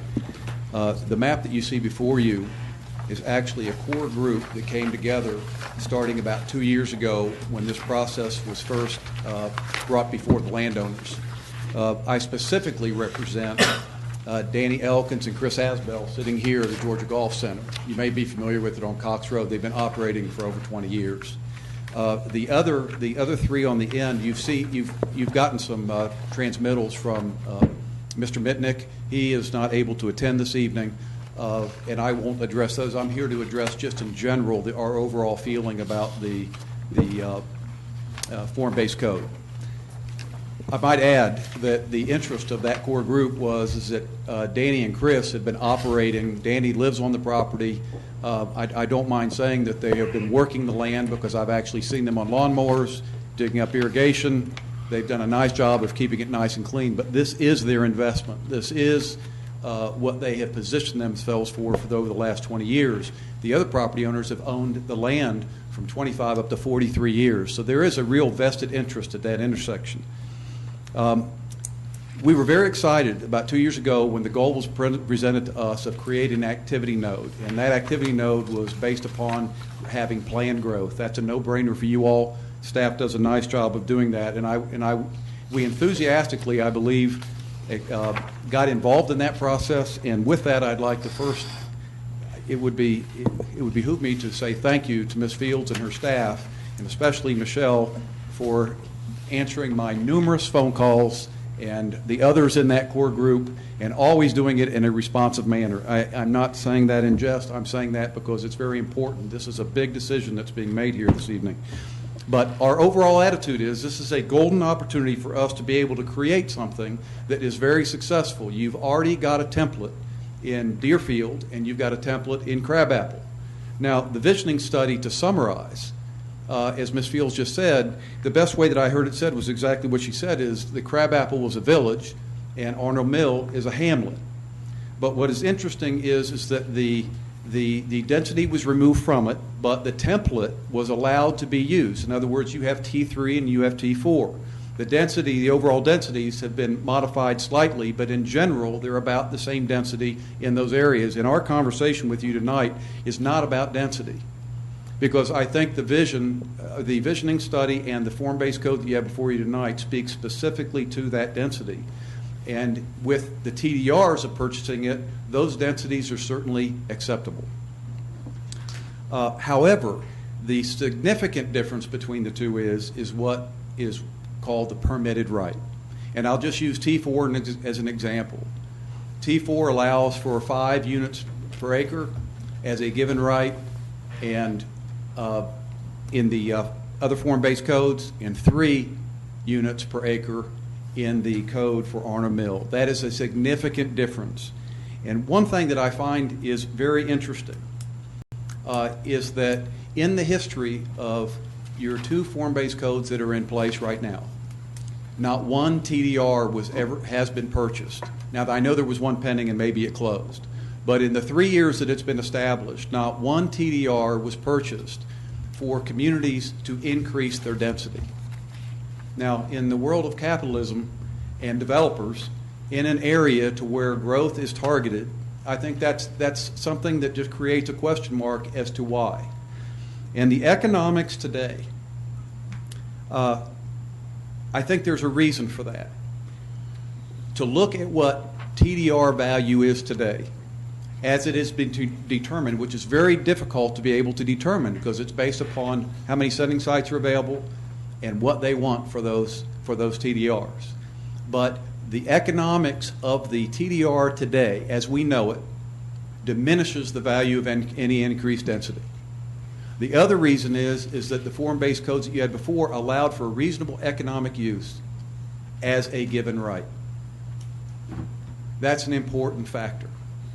And if any of that does not allow for the appropriate development of an activity node, then you get no density and you get a failed project and the tax base changes. I would venture to say that if the 2 form-based codes that you have now had these same given right limitations, I would suggest to you that you would have a much different looking crabapple and you would have a much different looking tax base.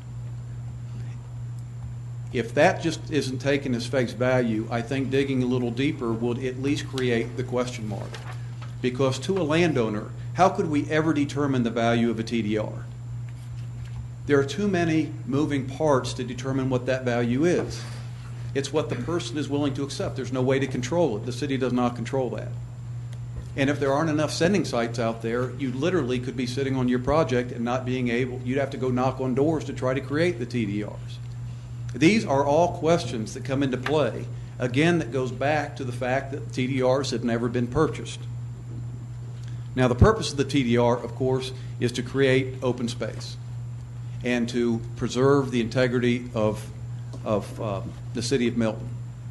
I would suggest to you that there are other means to be able to accomplish just that and put the power within the city to determine where you want that open space and how you want that open space to operate within the city limits. So there are many examples that Mr. Mitnick put in his, and we're trying to just tell you our overall view here this evening.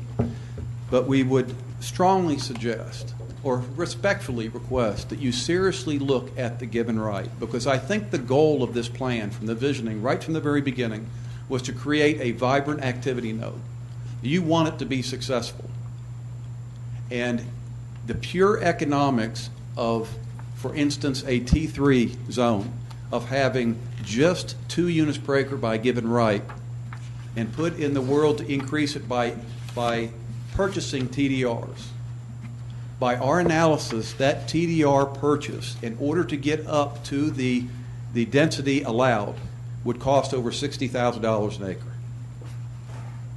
I'd be happy on a later date to exchange this information or to answer any questions that you may have. But again, to just restate it, we are not here the form-based code allows for the density. It allows for the opportunity to be successful. It is the given right that we hope that you will take further consideration before passing the vote. Thank you very much. Thank you. Any more public comment, Ron? No. Okay. I'll close public comment and open up for questions for staff or the applicant or Mr. Hausfeld. Don? Robin or Kathy, before the consideration of the form-based code study, what's the zoning classification for those properties. AG1. The whole corridor is zoned AG1. Yep, that's what I thought. Thank you.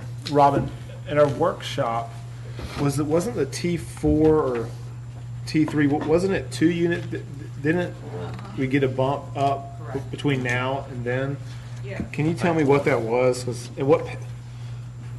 Yeah, the original, the T4 was at 2 units Okay. with up to 6 with TDR, and then T3 was 1. Okay. So we added 1. Yeah. Okay, you added 1 by right for each of those. Okay. 1 to 2 and 2 to 3. Got it. And up to 5 and up to 6 by right with TDR. Okay. Not by right, but with TDR.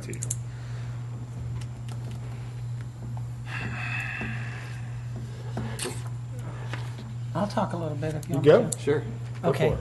Well, first of all, I know that there's, this does tie in with all the conservation movement that's ongoing within Milton. And I will say that I feel like we, as a city, first of all, we need some commercial growth. We need some areas where we're going to have some growth. And there are some places where we're going to just have to give ground. And we are trying our best to, quote, preserve our rural view sheds in as many rural places as we have to. And that being said, I'm in support of increasing the density in these areas by right so that they can achieve a growth pattern there to move forward on that. And I think there should be no limitations on that. I think it should not be inhibited in any way for them to do what's commercially viable in those areas. This should be done. This needs to be done. And you've got Arnold Mill Road. This is going to continue to be a high traffic commercial area. No matter how we beautify it or add trees to it, the volume of traffic going through there, it's going to continue to be that. And so I think this is a crossroads. It's something that would have naturally occurred, back in the day before there was zoning. This is what would have happened at that place, and I don't see any reason why we should move to inhibit it. That being said, I do understand why the city wants to create a market for TDRs. I strongly support that as well, and I think we should encourage that, but I don't think we should do it at a sacrifice or in order to limit these areas. I think it should be done just like it was done in Crabapple and the places where we've done it. I would agree with that. My biggest concern here, we have 4 landowners here who owned this property way before the city of Milton came into existence. We're trying to restrict how they're going to use this property going forward in a way that I don't think it can be economically viable. So I agree with no. I'll just chime in. I agree also. I mean, these people have owned this land long enough. They didn't buy it to flip it, to take advantage of some kind of rezoning. And I would push to go more towards the village, Crabapple area effect here than the hamlet. I feel like we're punishing them. Fine, They've been there so long. I'm missing something, I guess. I'm going on the fact that, we got Deerfield, which is, Deerfield is a different animal compared to this, as far as the zoning and the density. And what's already in place. Totally different. Deerfield is a Georgia 400 corridor, office buildings galore. That's different. And I think Crabapple, I think the comparative analysis would be Crabapple. The difference, I think, with Crabapple and Arnold Mill is and I've grown up in this area. I went to Rossville High School. This is right where I was, is that this is a thoroughfare from Cherokee County to 400. That's what this is. So the development will be different because this is a thoroughfare. This is people going from Cherokee County to 400. The development is going to be different. So I think the density, I think the citizens of Milton will be affected when they were not even going to use it, is kind of what I'm getting at. I'll call for you in 1 second. So that is my thought on why the city has done a little less density on this. I'm just kind of going off the cuff here, so open it up. Yeah, I remember, guys, they own AG1 land, so they're entitled to do whatever they want with AG1 land. And, you know, the community also has an expectation of what their rights are when you buy in the area and you're counting on the development that's according to those kinds of plans. I think that we're imposing on the community that is asking for us to do conservation and preserve green space and preserve rural view sheds, that the city has done something that's very responsible here in offering the landowners a by right move from 1 unit per acre to 2 to 5 and 3 to 6. And that the TDR program, although not executed like we'd like to see it yet, is certainly a viable vehicle to take that up. You know, it's consistent with the things that we're expecting, and our communities are charging us, our community members are charging us with in terms of taking responsible actions to preserve what is rural Milton. And I think to do something that's not consistent with what staff has proposed is irresponsible on our part. Quick question, what's the crabapple T4 and by right and TDR? It's 5 units by right is T4, T3 is 3 units in crabapple. And it's 9 is the max. Is 9 is the TDR, or T4. Okay, So it's 3, 9, 5, 9. got it. Yeah, but this is not crabapple. No, this is, I really think they're 3 different Absolutely. areas. This is my 2 cents. Don, you want to come up? You say you have something? Yeah. Thank you. The only comment that I have is referring to density. Is I think that what I would suggest that we look at is the T3 and the T4 allow for, with TDR purchase, of 5 for T3s and 6 for T4. What was allowed for the crabapple was 6 for T3 and 9 for T4. So the density was reduced, but overall density as far as preserving the area, I would suggest that you have to look at if somebody came in and bought all the TDRs, you're going to get 5 units per acre and 6 units per acre for the T3 and T4. The point is that in this district, we have to pay for it. So it's very difficult, I think, to determine what the economic value of the product that we're producing. I think a precedent has been set in the crabapple area because you can see exactly what a 3 given right community looks like and how successful that is. To go in that corridor where you're just in a close proximity to the crabapple, I think that your density is what your density is. We're not disputing that. It's there. It's just a matter of where does that line go to where you're forcing a property owner to buy the right to increase that density, and what burden does that put on the project? And from a city's perspective, does that diminish the opportunity for growth, or does it help the opportunity for growth? Because overall, we want that to be a successful activity node as much as you do. So that's my only point. Get it. Thank you. I mean, I understand exactly where Don's coming from. And if I were him, I'd be saying the exact same thing, which is true. I just think the issue at hand is we have the TDR program in place. And how many TDRs have we closed? I'm just one. We've got 1 pending. One pending. Ready Okay. to go. And like I said, this is a totally different animal than Deerfield. Yeah. And there's not a hardship here, guys. There's not a hardship. It's just a matter of somebody saying, I want more. We're saying you can have some, and they're saying that's not enough. I don't. When we're in the midst of a conservation push for the city, for us to then say, well, gee, that's great for everywhere else, but not for here. How is that consistent with the message that we're trying to create as a city? That's kind of my. Yeah. Well, It's inconsistent. one of your comments earlier and now again is about inconsistency. That's exactly what you do have with these 2 proposals we have. We have one that's an existing, it's crabapple right around the corner, is one thing, and then you're being inconsistent when you're projecting it into another area at this Arnold Mill Crossroads with a different density allowance. Well, but So I you're- think, no, and I don't disagree with you on that point. But I will disagree is, I think staff took an expedient way of making this happen because it's consistent from the standpoint of understanding what we're trying to do. It's consistent with some well-written documents that provide us a form-based code, and I'll use the word easy, but that's the wrong impression. I didn't mean to say easy, but it's a logical way to use a coding system that implies this kind of development. And so, although we're calling it T3 and T4, it's not T3 and T4.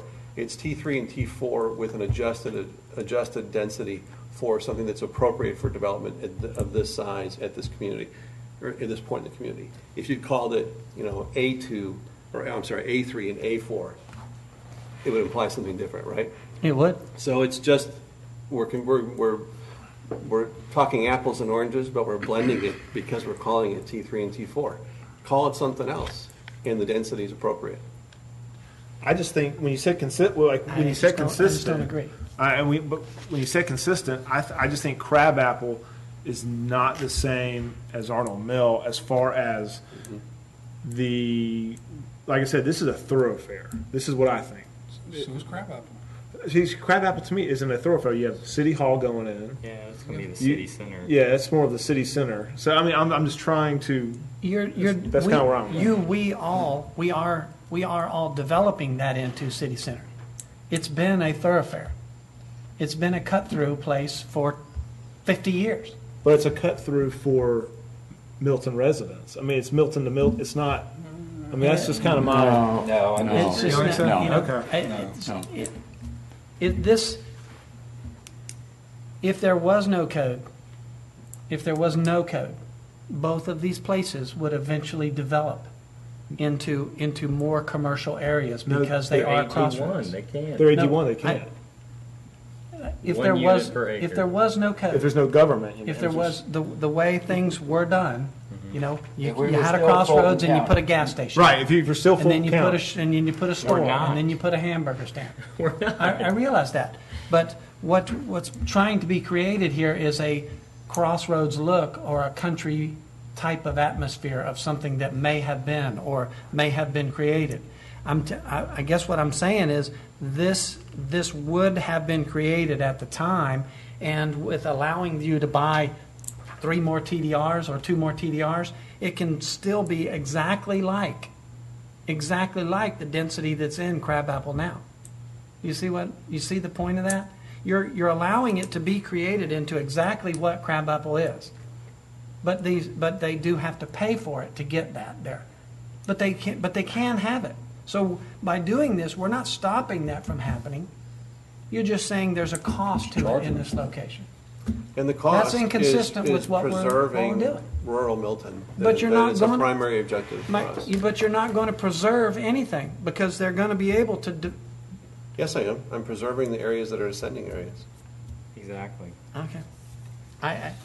I get as far as we're understanding, then I guess I'm. Yeah, it's an important I'm done. differentiation. We're preserving the areas that are ascending areas. That's the point of the TDR. And unless if I this was misunderstand your their argument is, I want more TDRs. I want to be able to send more TDRs to these other developers because I'm not developing my 50 acres here. So I'm losing value. That's the way I understand his argument. I want to be able They're to. not I want to sending be able. units at all, though. I don't see No, that. that's what They're they not want to sending- be able to do. They want to be able to have more TDRs to send to somebody else. No. I know. That's not right. No, That's these just- guys that's not want right. to. So these 3 or 4 landowners are They going to need- they need develop to their receive lot. them. They need- They're gonna Don, have you to want to buy clarify? TDRs. You want to clarify They're going to Chris's have to pay comment? for TDRs, not Yeah. send TDRs. They're asking for additional baseline units, is what they're looking for. Right, not TDRs. They want by right more. They want more. Yeah, We're but see, giving them but that's some. More to important. build or This more is- to sell? More to More to build. More build. to build, not more to sell. Okay. By right. I just thought. I mean, talking about how long they owned it and that they weren't doing anything with it. Now they're about. Oh, to, they're gonna sell. Now they're I mean, about to bulldoze it all and develop it everything. Yeah, they're going to do that Okay. eventually. Yeah, they just want to develop more than what we're giving them, which they have no right to today under AG1. Right. They Okay. can do 1 unit to the acre under AG1. And now they're saying I think we're good on that. 2 moving to 3 and 3 moving to 4. That's not enough Got it. when they are entitled to 1. So, I'm definitely not in disagreement that this is a commercial node. I mean, it Yeah. definitely is. I mean, Yeah. I'm not going to disagree with that. I think development here is appropriate. It's a crossroads. It's been identified that way for a long time. Heavy thoroughfare. That's what these guys have been counting on for a long time, and they're getting that. They just want more. And that's inconsistent with what the city's vision has been for the development in this area and the preservation of our rural vistas and the purpose of the TDR program. So guys, you can't vote for TDRs in one breath and then say they're worthless in the next. Actually, When they you- are. when- Actually, they are different. They're going to be different in every case, and that's part of the reason why we have it the way we have it, so that we can look at each individual case and vote on the ones where we feel like they're right. And it's not an across-the-board type of ruling on this board or within the development of Milton. It's just not. And every one of these things, just like this today, we talked about this daycare center, and we approved that based on. For me, I voted on it because it was in a semi-commercial kind of area, and it was appropriate for me.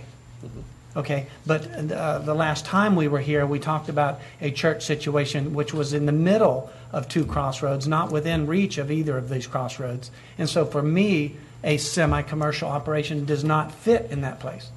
So this is different, and we're going to have to consider a lot of things differently, and we're going to have to consider things that we feel is appropriate. And so we are going to have to think about them and give some ground to get what it is we do want. I am asking you guys to consider that. You're going to have to give some ground sometimes. We're not going to be able to fight every single battle and no, and I do think that we are absolutely doing what you just said. We're giving ground. Because right now, there is no entitlement to anything except for AG1. And we are going by right to give them higher density, to create commercial here. Commercial isn't even contemplated in AG1 land, which is what they own today. It's not a commercial entity. They can't put something commercial on their AG1 land. I don't feel like the city's doing that to give a gift to any particular landowner or any particular no, it's area. not. They're doing it because that's what would be appropriate, and this is a good place to do it.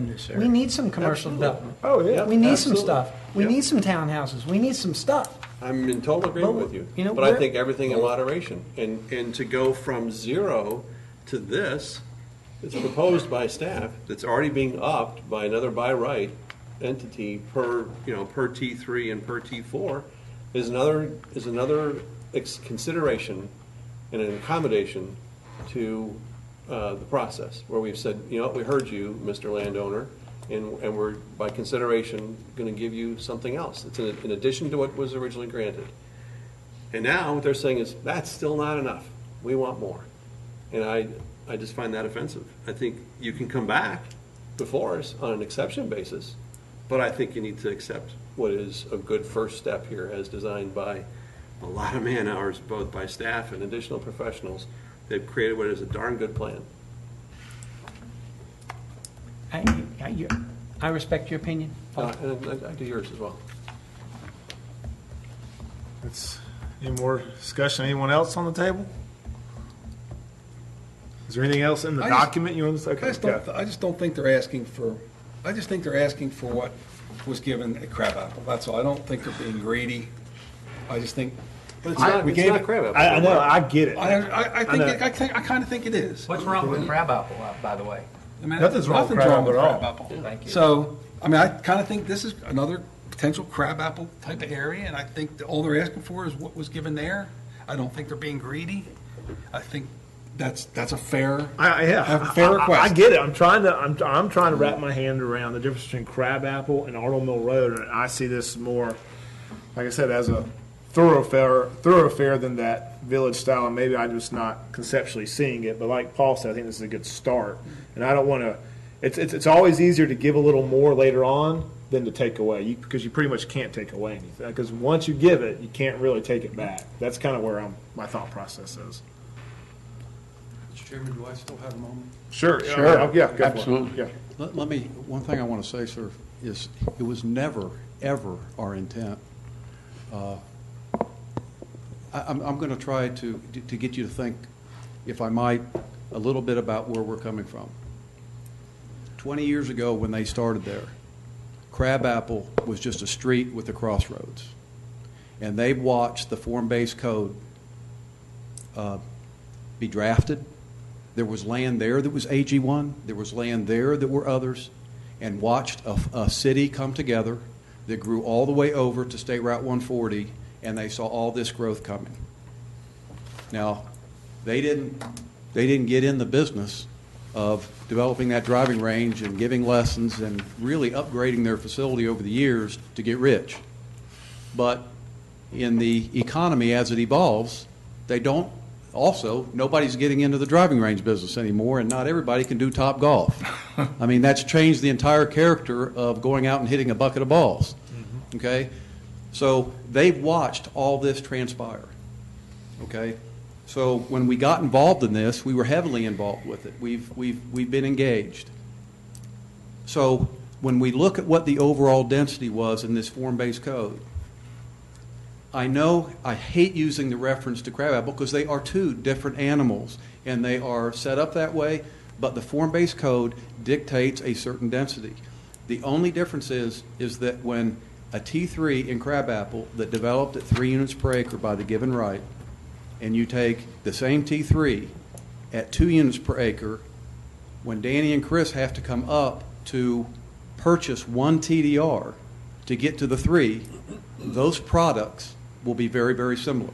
They just won't be as massive to the scale. In other words, your T3 and T4 in crabapple, the geography of it is a much, much bigger animal. But in essence, if you take a 3 unit per acre development in crabapple and a 3 unit per acre development in Arnold Mill, the only difference is they had to pay for TDR. That's the only difference. But I just wanted to let you know we're here this evening because they are one of your, and the other property owners too. I didn't mean Mr. Davenport's here. I didn't mean to exclude him and his family. It's just they've been the roots of the community. And they came into Milton. They were asked to come into Milton because they wanted to be a part of a progressive city. Okay? So from their perspective, if you could just think of it, because I really don't want you to think we were just asking for more. That's not what we're doing. We're trying to make sure that we are not at a disadvantage to what has already been approved in other zones, because a 3 unit per acre to a builder and developer is a 3 unit per acre. That's it. They look the same. So I don't know that I have at least got you to think about it a little bit. Now, you have to understand, my comments are not intended to be personal to any one of you as landowners, because I certainly am respectful of the fact that you are part of the core of this community, and you guys did participate on an active basis in what created the form-based code for Arnold Mill. Yes, sir. You guys have been active participants. You've been writing to us, and we do appreciate all the correspondence you've given to us. Thank you. My comments are absolutely not intended to be personal. My comments are the fact that I've sat on this board for 7 years, and we are asked to make decisions that sometimes do affect individuals, but I have to make those void of that and what is consistent with code and the charge that we've been given to be responsible for the greater community. And so sometimes that's painful for individuals who are affected by it, but it's by code or by ordinance, or in this case by a regulating plan that I make my comments, and I have to be able to do that, taking the faces off of it. I hope you can appreciate that. Thank you. Oh, yes, sir. That's the charge that I'm given by the greater community as well. Because although our room is not packed tonight with other citizens, there were a lot of people that participated in the Arnold Mill visioning study as well. And they're counting on us supporting their vision also. They put in equal hours. They are as passionate as you and I are tonight about making sure that the vision for Greater Milton is achieved. So those are all the things I'm charged with in taking into consideration this evening. Yes, sir. Appreciate. And I'm looking on my little Google Maps, and so, Robin, correct me if I'm wrong, but the T3, where the Georgia Golf Center is, that's next to Hayden Hall subdivision in Roswell. I mean, that's the Roswell-Milton line. Is that correct? Mm-hmm. That's correct, yes. Okay, so right now, in T3, if it's approved as is, they'll get 3 units per acre, and I mean, I hate to be waffling, or isn't it? Two. Two. Two by right. Okay. Three.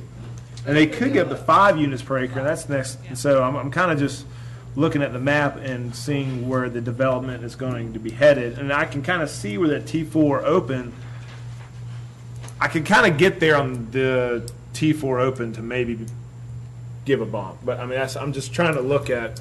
Well, we are giving a bump. I know, we're giving a pretty big, I know, I'm trying to look at commercially down the road, where is it the most appropriate? And I think that T4 area is, but it goes down to the ultimate question, how much is too much? And I'd rather start low and give them a little, maybe more down the road. Doesn't mean they can't. That's just me. Doesn't mean they can't come back once the code is in place and demonstrate a need. But to go from 1 to 3 sounds pretty reasonable to me, and from 1 to 2 in the other. And I'm not hung up on the T3 and T4. I mean, take those references off, because they're not a direct comparison to Crabapple or to Deerfield. They're a simple reference from the standpoint of trying to bring some consistency for a general understanding of where we're going with this, but we probably would have been better served if we called those something else. Yeah. But, because they're not apples to apples. No, It's in apples and each oranges. zone, they're You're right. different. Yeah. It just goes back to the smart code template. Yeah. And that's what they use. And I appreciate it was a very efficient and very smart thing for you guys to do. But they are apples and oranges. Absolutely. And the cherries in Deerfield. Here you go. Deerfield. Yep. Any more discussion or questions at all with the whole document? It's much easier when it's the third go-round than looking at it the first time, as far as form-based codes are concerned. So if there's no more discussion or questions, I'll open it up for a motion. I move that we approve RZ 15-11, Chapter 64 of the City Code, Article 21, to create the Arnold Mill form-based code with staff suggestions that in the T3 and T4 area of the Cox Road and Arnold Mill Road, that the by right moves from 1 to 2 in T3 and from 2 to 3 in T4, and the balance of the description of T3 and T4 remain intact to a maximum of 5 in T3 by TDR and a maximum of 6 by TDR in T4. I got a motion, and Does that mean you're changing it in some way? no, or you're it's changing it as staff recommended it? It's exactly what That's was what written. staff was recommending. So I got a motion by Paul. I'll second We it. got a second by Chris. Any discussion? I know you want to discuss something. I just can't recommend it, and I would urge you guys to not support that. I just don't think it is consistent. I think it is inconsistent by doing it that way. All right, got a motion and a second. Any more discussion? All those in favor, please say aye. Aye. How many was that? 3? 3. All right, that motion fails. I will open up for another motion. I make a motion that we adopt the Arnold Mill Road form-based code with the maximum density to be set as in Crabapple. So by right, that is, Can you be more specific? yeah, can you say on the, do T3 and T4 say, okay, so T4, Are we talking T4 open or T4, or are they the same? they are different. Here they are, but I don't have my glasses. So, you got that map? So, Like here? the there's no- gentleman's talking about T4 open. Yeah, but like on this sheet? Or Yeah, is okay, T4 open? on page 2, 39, 3, and 4. is T4 and T4 open, are those the same? Density-wise, they should be the same, it's just the usage change. Yeah, that's on the Usage other, changes. and that's in the other table. Okay.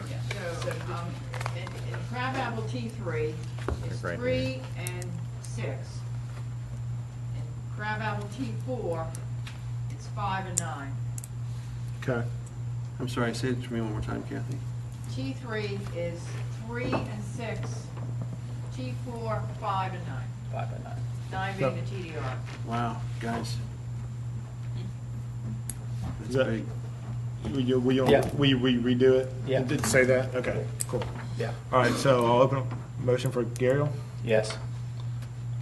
Will you just restate it for the record? That's all. Just each one. T3, the maximum density for T3 will be 3 to 5. Well, that's not. Or Three to 6. six. 3 to 6. 3 by right, up to 6 by with TDR. Okay. And T4, 5 by right, and then up to 9 by TDR.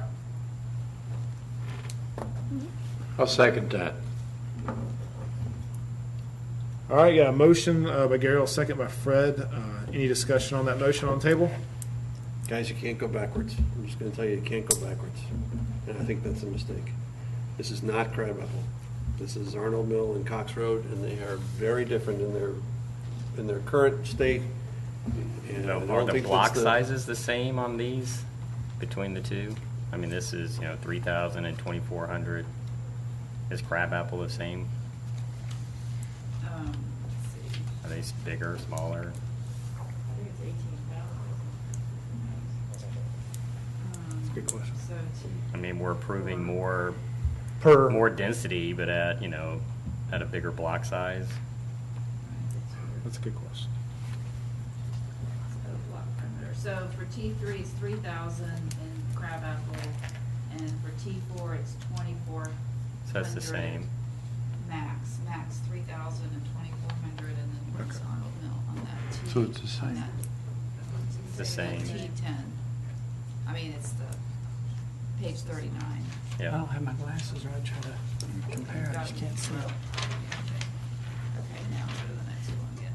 Yeah, page I guess, are they just reading So glasses? block is, Yeah, that'd be- I'd like to know. if says they're no any well, inconsistencies. T3 is 3,000 and T4 is 2,400. So it's the same. It's the Yeah. same. Okay. Okay. Paul, you want to finish that? No, I've said my piece. Okay. Now I'm So, go. I say I'm kind of usually with Gariel on this, but I have just some hesitations that I'd rather start small, and because once you do this, kind of like Paul said, you just can't take it back. So that's my piece. Any more discussion? Can you add, I mean, I'm sorry. remember we had a conversation when I was looking at a business, and you said you couldn't change? Well, we're doing it, this is a text amendment, this is the So- very beginning. So, but once it's done, you told me it couldn't be changed. Well, unless there's another text amendment to the map by So, council. so I just couldn't go in by myself and change it. Right. So, I mean, well- so these can't be, I mean, You're we'd have to not change doing the. infill Yeah, you have to change zoning. So I mean, as far So as somebody couldn't come in and apply for something? no, they have to come before us. Is what No, I'm I saying. don't think they could have come before. There is an allowance in here Oh. for what's called an infill rezoning. And it would go before you. So it's Yep. just, it's like a Okay. rezoning, but Right. it's a change to the Yeah. form-based code. It's It's called an infill rezoning. The word, the variance description goes away, because that doesn't exist anymore, Kathy, like, and it really becomes, like you just said, it's an infill zoning rather than a variance request. So it can be done. And that's where I'm hanging my hat, guys, is that it doesn't stop anybody from coming back at some point and saying, here's the plan, here's how it's gonna work, here's how it's drawn on the property, here's what it's gonna look like. And right now, you're saying, guys, I don't care what it looks like. Actually, that's I don't- not true. I don't really need a That's not plan. true. That's not true. I'm willing to Okay. just take you on good faith that you're gonna do the right thing. There are standards that we do care what it looks like, and there's been a lot of great work done on the architectural structure and what we do want it to look like. Yeah, So absolutely. that's not true. But it's not Crabapple, guys. And you're getting caught up on the fact that it's called T3 and T4. Unfortunately, that's, we'll take that by lesson. If we do anything else in the city, we'll call it something else. But I think you guys are getting lost in the No, fact that it's saying T3 and T4. that's not true, Paul. I'm not getting caught up on it T3 or T4. Okay, I made my point, and I respectfully disagree. Okay, any more discussion on the motion on the table? All right, we have a motion and a second. All those in favor, please say aye. Aye. Opposed? Okay, all right, that is 4-3, and motion passes. Are you good, Robin? Yeah. Okay, cool. What is Next on the docket. Next item is adjournment. All right, can we give a little, is there an update on the conservation subdivision? We got meeting Saturday. Yes, yes, we have the meeting Saturday. It's scheduled from 10 until 2 in this room here. We're ordering pizza and, for lunch and soft drinks. The consultant has invited representatives from EPD. My understanding is that they will not be able to make it. So we have then reissued an invitation to them, inviting them to the third meeting, which is going to be held on June 10th over at the courthouse in Crabapple.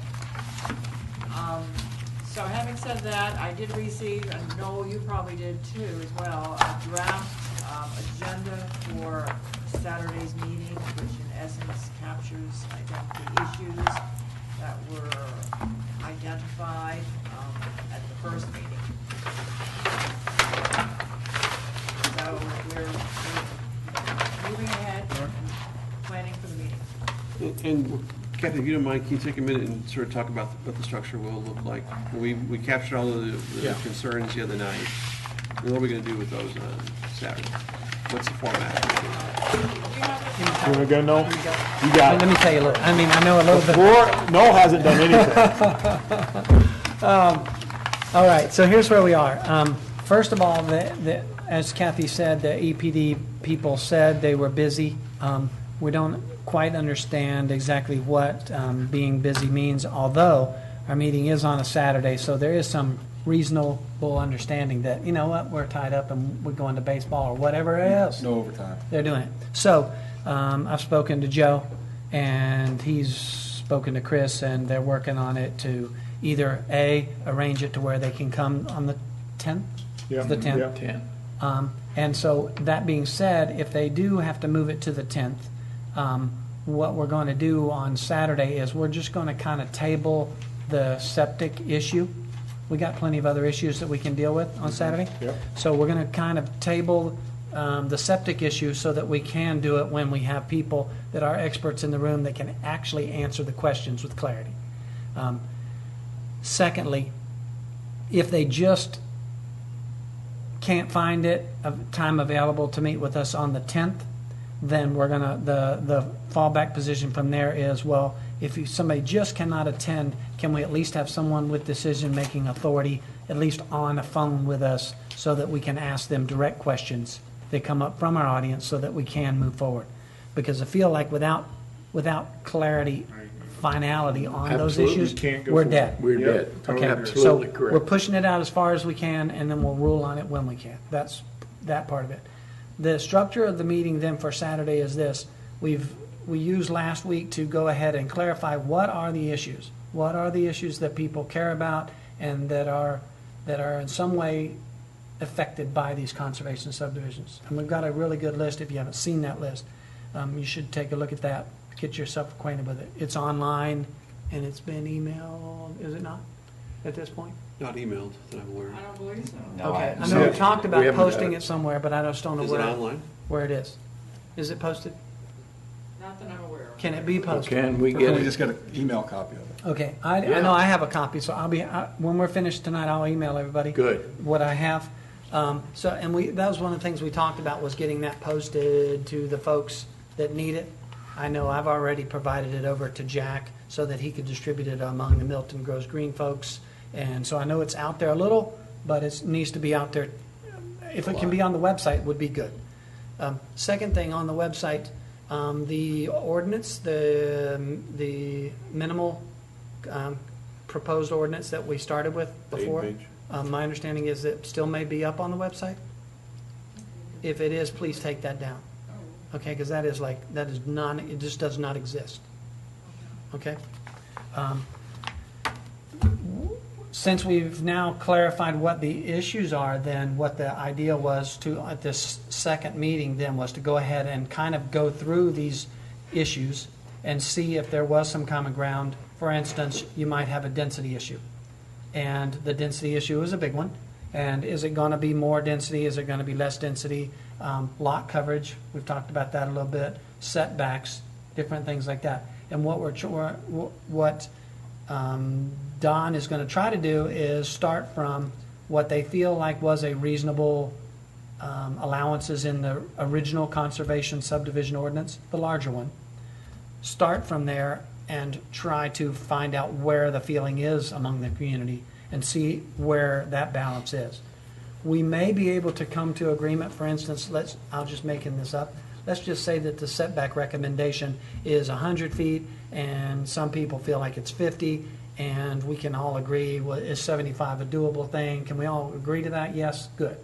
But there are some of those where we may not be able to come to agreement, and on those what we're going to have to do is say, guys, we're at impasse at 100 and we're at impasse at 50, and then it's going to have to be brought up to us as the commissioning guild. Guys, what are we going to do on these things? Just like we've done before in these ordinances, debate how tall is the fence going to be. But if we're taking the 8-page down and we're going to work off of the consultant's 18, we're going to go to what my understanding was talking with Don here, and we are making this up as we go along. So believe me, I mean we're on our own. Mm-hmm. And we're out there just trying to figure out what is the best way. And we talked about that at length a couple times different during the day, and then we worked on some other things and then came back to it. And where we've gotten to now is that there's a little bit of a problem with just saying, let's just go ahead and post the 18-page ordinance and everybody study that and let's critique it and start stripping that down. Well, two problems exist with that. Number one is, if then we could hear the argument of, here you go again, you're trying to jam an ordinance down our throat. Well, this is what we didn't want to, this is what you did 2 months ago, and we were upset, and then now we're upset again. Secondly, what we're a little bit afraid of is if we just throw that out there and say, guys, start from here, then we're stifling the creativity and the innovation of the people who really care about something in the first place. So why don't we hear from them and then kind of wordsmith what they say into that document and then utilize that to present at the third meeting. Okay. That's kind of where we're kind of going, and it may, it hasn't been finalized, but I think that's kind of where we're going, because I think we want to do it. We want them to have input to it, not just throw it at them and say, there it is. I think your ideas are good. If you say 8 pages wasn't enough, but 18 pages also may not be it. Without the benefit of the community, like you said, there may be whatever. It's issue X, and there's a range. Yeah. You maybe create the document that says, here's the verbiage, and oh, by the way, you plug in, here's the range. It may be blank Figure spaces. out the range. There may just be some blanks in the thing. Mm-hmm. And Don said that today. He said, I've done these before. And by the way, Don is not a neutral facilitator. Right. He is an advocate he's an advocate, but he's also an advocate and an expert on these conservation subdivisions. So he's not just, hey, I'm pulling for this and I like them, so you guys like them too. He knows some of he knows some of the ways that they do work, and he knows some of the ways that they don't work. And so he's given us his most expert advice. Again, he is an advocate, so he does want them to be, but he's trying to do it in a responsible way, and we've got to give him some latitude to do that. And I think we are trying to do that in the room. But there's been a couple times when I, especially last week, when I thought it was his role needed to be more facilitator and less advocate, because we needed to hear what are your issues, not squash their issues down, but just tell me what they are, and then we can deal with whatever it is. So we're getting there. Maybe I'm way out of line on this, but in the conversations at that meeting, everything kept going back to mandatory and non-mandatory. Mm-hmm. And I think if we could settle or at least come to an agreement that we're going to be one or the other, that a lot of these other things would seemingly fall in line easier than everyone's still saying, well, I agree with that, but if I didn't have to, I don't know. So, and that's I felt a real strong, and maybe that was just my You're right. You're exactly right. That the mandatory thing is shoving, no matter what we come up with. The consensus that I heard was, we don't want it to be mandatory. Now, maybe that was, Yeah, I think Fred, I heard the same thing, but I don't know that we can put a stake in the ground yet and say that it's going to be one or the other. No. Because I think they're two distinctly different paths. Yeah. And if you're saying mandatory, you're going to have a very different argument from both the community that's got concerns and the developer that's got concerns that will say, I have issues with the mandatory here, here, and here, and here, and here. right. But you're going to have an equal number of arguments from somebody who say it's optional, saying, well, if I don't have to do it, if it's optional, why would I do it? Until you build in some But incentives. that's my point. So that's two very different conversations. Yeah. Either I get- already know where this is going. I don't know. Right. Yeah, I mean, I think At we're least all on the in general. agreement there. I don't think you can decide yet. Yeah. I don't think we have enough information to decide how to Okay. go down one path or the other. I think you're right. At some point, we got to put a stake in the ground. Right. But I don't think we're ready to do that yet because we don't have enough info. I think we need at least to get past Saturday. I think one of the key things that we need to know is without sewer systems in place, how viable are these smaller units? What's necessary to actually, how many units is viable with the septic system? Yeah, and the guy who did Cerebi can give us all kinds of answers for that. Sure. Yeah. But we haven't don't got know that that's an answer until 5,000 we get the acres or EPD whatever. folks to weigh in too. Exactly. And that's the disconnect for Saturday if we don't have the benefit of the EPD folks. We are getting a number of sample, I'll say sample communities. We're getting sample data about some other developments that have been done in recent history around here. Yeah. And we're getting some more cost information. We did the best we could with the time constraints we had last time, but I know that Jack and his team have been improving the initial conservation subdivision concept plan that they put out. Yeah. They've made some changes to that. I've currently got that out with 3 different septic companies that are looking at it and trying to propose to us what are the best ways and what would be a cost to do that. With? What are they looking at? They're looking at community septic, shared septic type of issues there. But they're using what as their foundation for looking at that? Well, we had I don't know if you caught everything from last week, but we had a plan that was previously submitted for just a typical AG1 subdivision. That Scott brought. Right. Yeah. And then, so we took that, we stripped the development off of that and gave the land, the plat, the contours over to Milton Grows Green and said, hey, guys, Right. why don't you do your And I best to saw do that this? plan too. So right now, that's been improved some and changed around just a little bit. And now we've given that to some guys that, some contractors that actually install shared septic and some packaged systems so that they could look at it and go, okay, based on that, here are some realistic prices for what it would cost to do that. Cherokee County last week, I believe, Yes. approved one and turned down a second conservation subdivision proposal. Are they mandatory in Cherokee? Or So we're getting some, they're optional? Oh, yeah, they're optional. Optional. So people are submitting them. Yeah, what they built, you may know this, Noel, they built 5 or 6 of them over there already, or are in the process of building in Cherokee County. yeah, I just don't know because I'm working very hard not to learn anything about this. There's so much that I'm having to learn. Yeah. It's like when somebody says, hey, study these 10 of these, I'm just like, nope, I just don't have time to get into that part of it. And I've just been trying to manage the process and stay out Yeah. of the decision making on which one I think is the best because I just don't want to get on a team at this point. I'm trying to just. It's good. That's No, in the Couldn't it be? Don't you go to Cherokee and at least? We can take a field trip, and several people have offered to take us. You've taken a field trip with Walt. I went over to and looked at their What? development. Oh, yeah, they have sewer there? I Yeah. believe that. Yeah, most they of do. those in Cherokee- That's So- totally that's different. different. That's like, Yeah, that's that's But the there are big field difference. trips available, by the way. If anybody wants to go, there's people want to take you to show you these things. You just give me the address. They feel good about them. So, Submit my expense report for the mileage.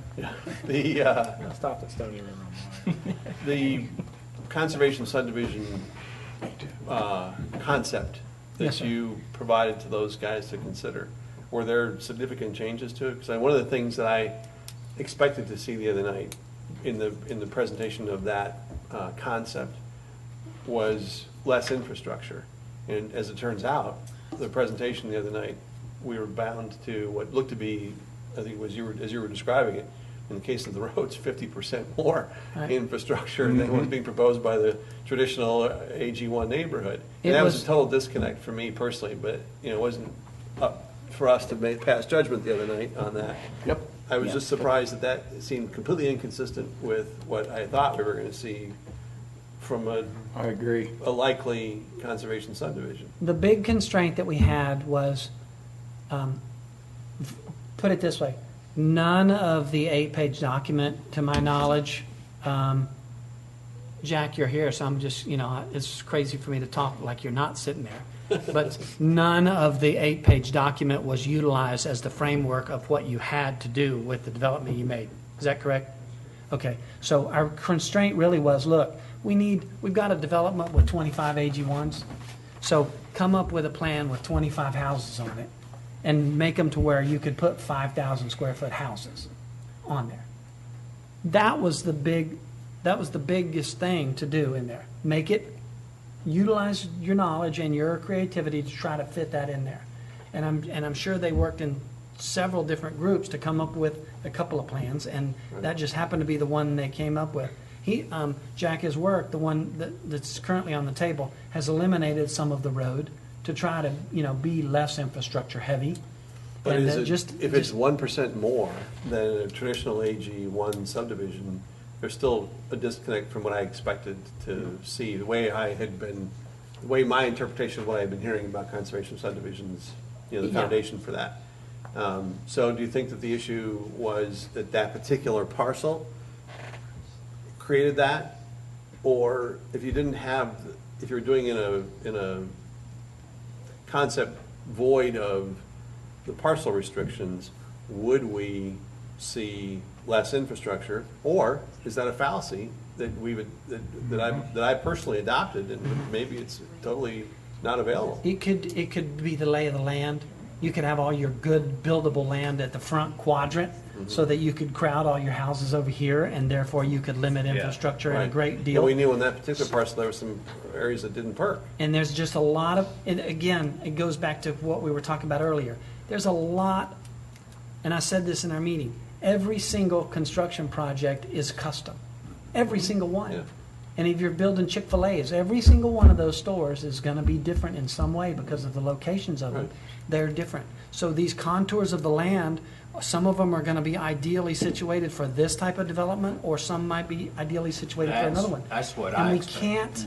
we can't mandate, and I'm not talking about whether or not we mandate conservation subdivisions, but we can't mandate cookie cutter designs. We've got to allow some creativity by the folks doing it. And Jack, can we have Jack speak? We're kind of open, right? Oh, yeah. Jack, you want to come up and talk some more? Because it's a difficult process. No, it's not. It's so easy.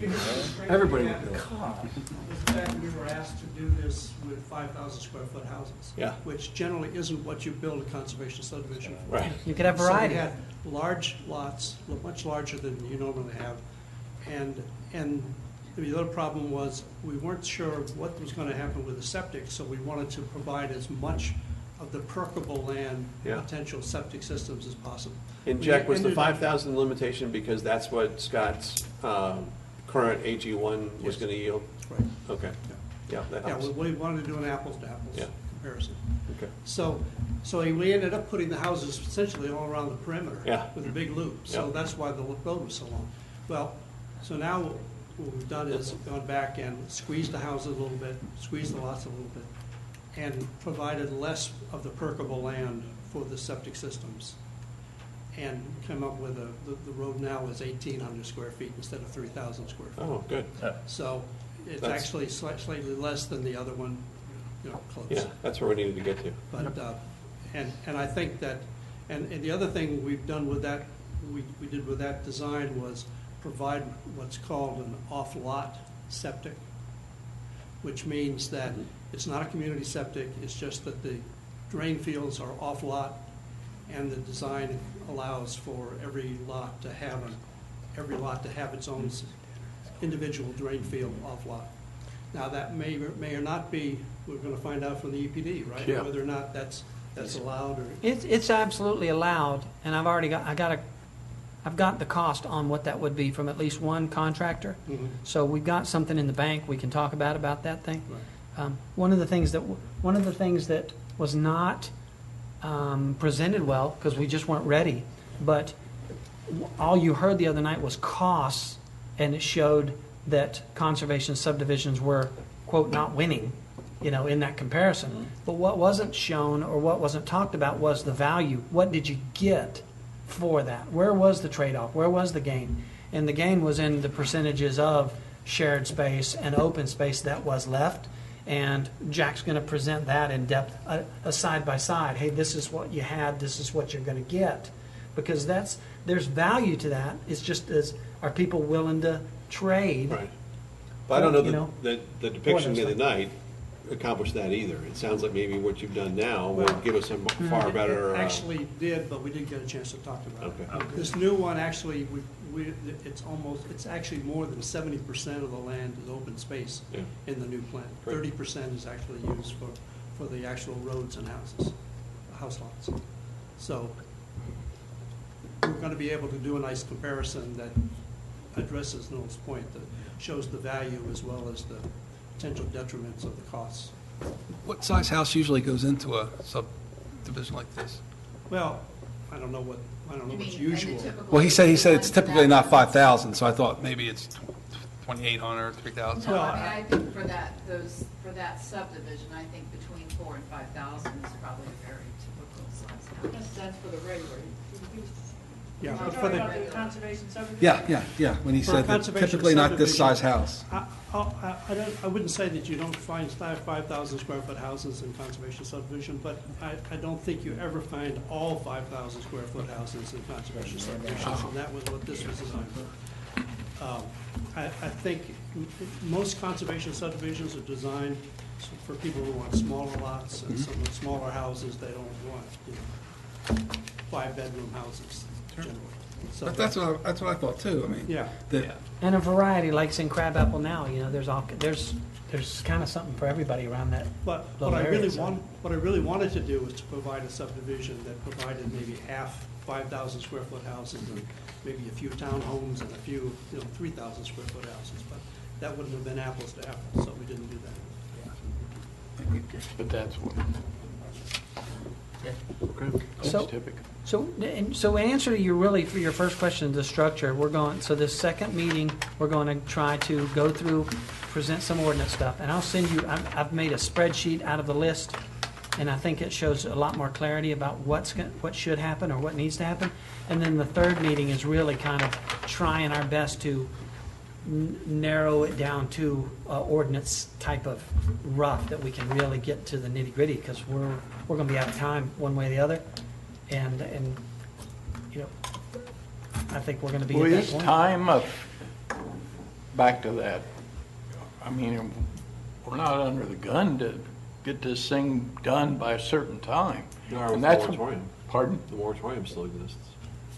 We are under a little time constraint, but however, some of this stuff requires a little impetus to try to get people to come to a decision. No, I understand that. It's a but negotiating when point, this, if nothing this else. septic thing is Has so to be resolved. important Yeah. that if it has to go to June 20th or something. If we don't have any septic Yeah, answers, we're not doing anything. That's So what don't I'm worry saying. about that. Yeah, we would have to Just keep say we're not going to do anything Right, until we know yeah. what that. Yeah, they'll just have Extend to, the moratorium. they'll have to extend that or Right, lift exactly. it at the, Okay. whatever they decide. But yeah. Yeah. But we're not going to push it 'Cause through. that's We the don't other even thing know. that we've heard is, Yeah. it was being shoved down everybody's No, throat. we're not So- going to, no. Yeah. I didn't see anything in the issues that wasn't expected or that was too far out there did you see anything, Jack, in there, in the list of issues that people came up with? We didn't see anything that was like, wow, we didn't, that's blindside. Nothing new, of course, I've been listening to this for the last 6 months. Yeah. Okay. So, and I was glad to see, I guess just as a general comment, people really are trying to resolve this, and they're thinking about it, and they're trying to figure out what they can give up a little of to get more of whatever their thing that they feel most strongly about. I can see it. They're trying. Now, they may never get there, but I know they are thinking about it and they're trying it. So. All right. Well, thank you, Noel, for everything. Absolutely. No, I'll be glad to be great retired job. from this position. I can tell you that right now. He'll be quitting. We're glad you volunteered. I'll say, hey, Noel, you want to do this? Great. All right. I open up for a motion on adjournment. So moved. Second. All those in favor say aye. Aye. Opposed?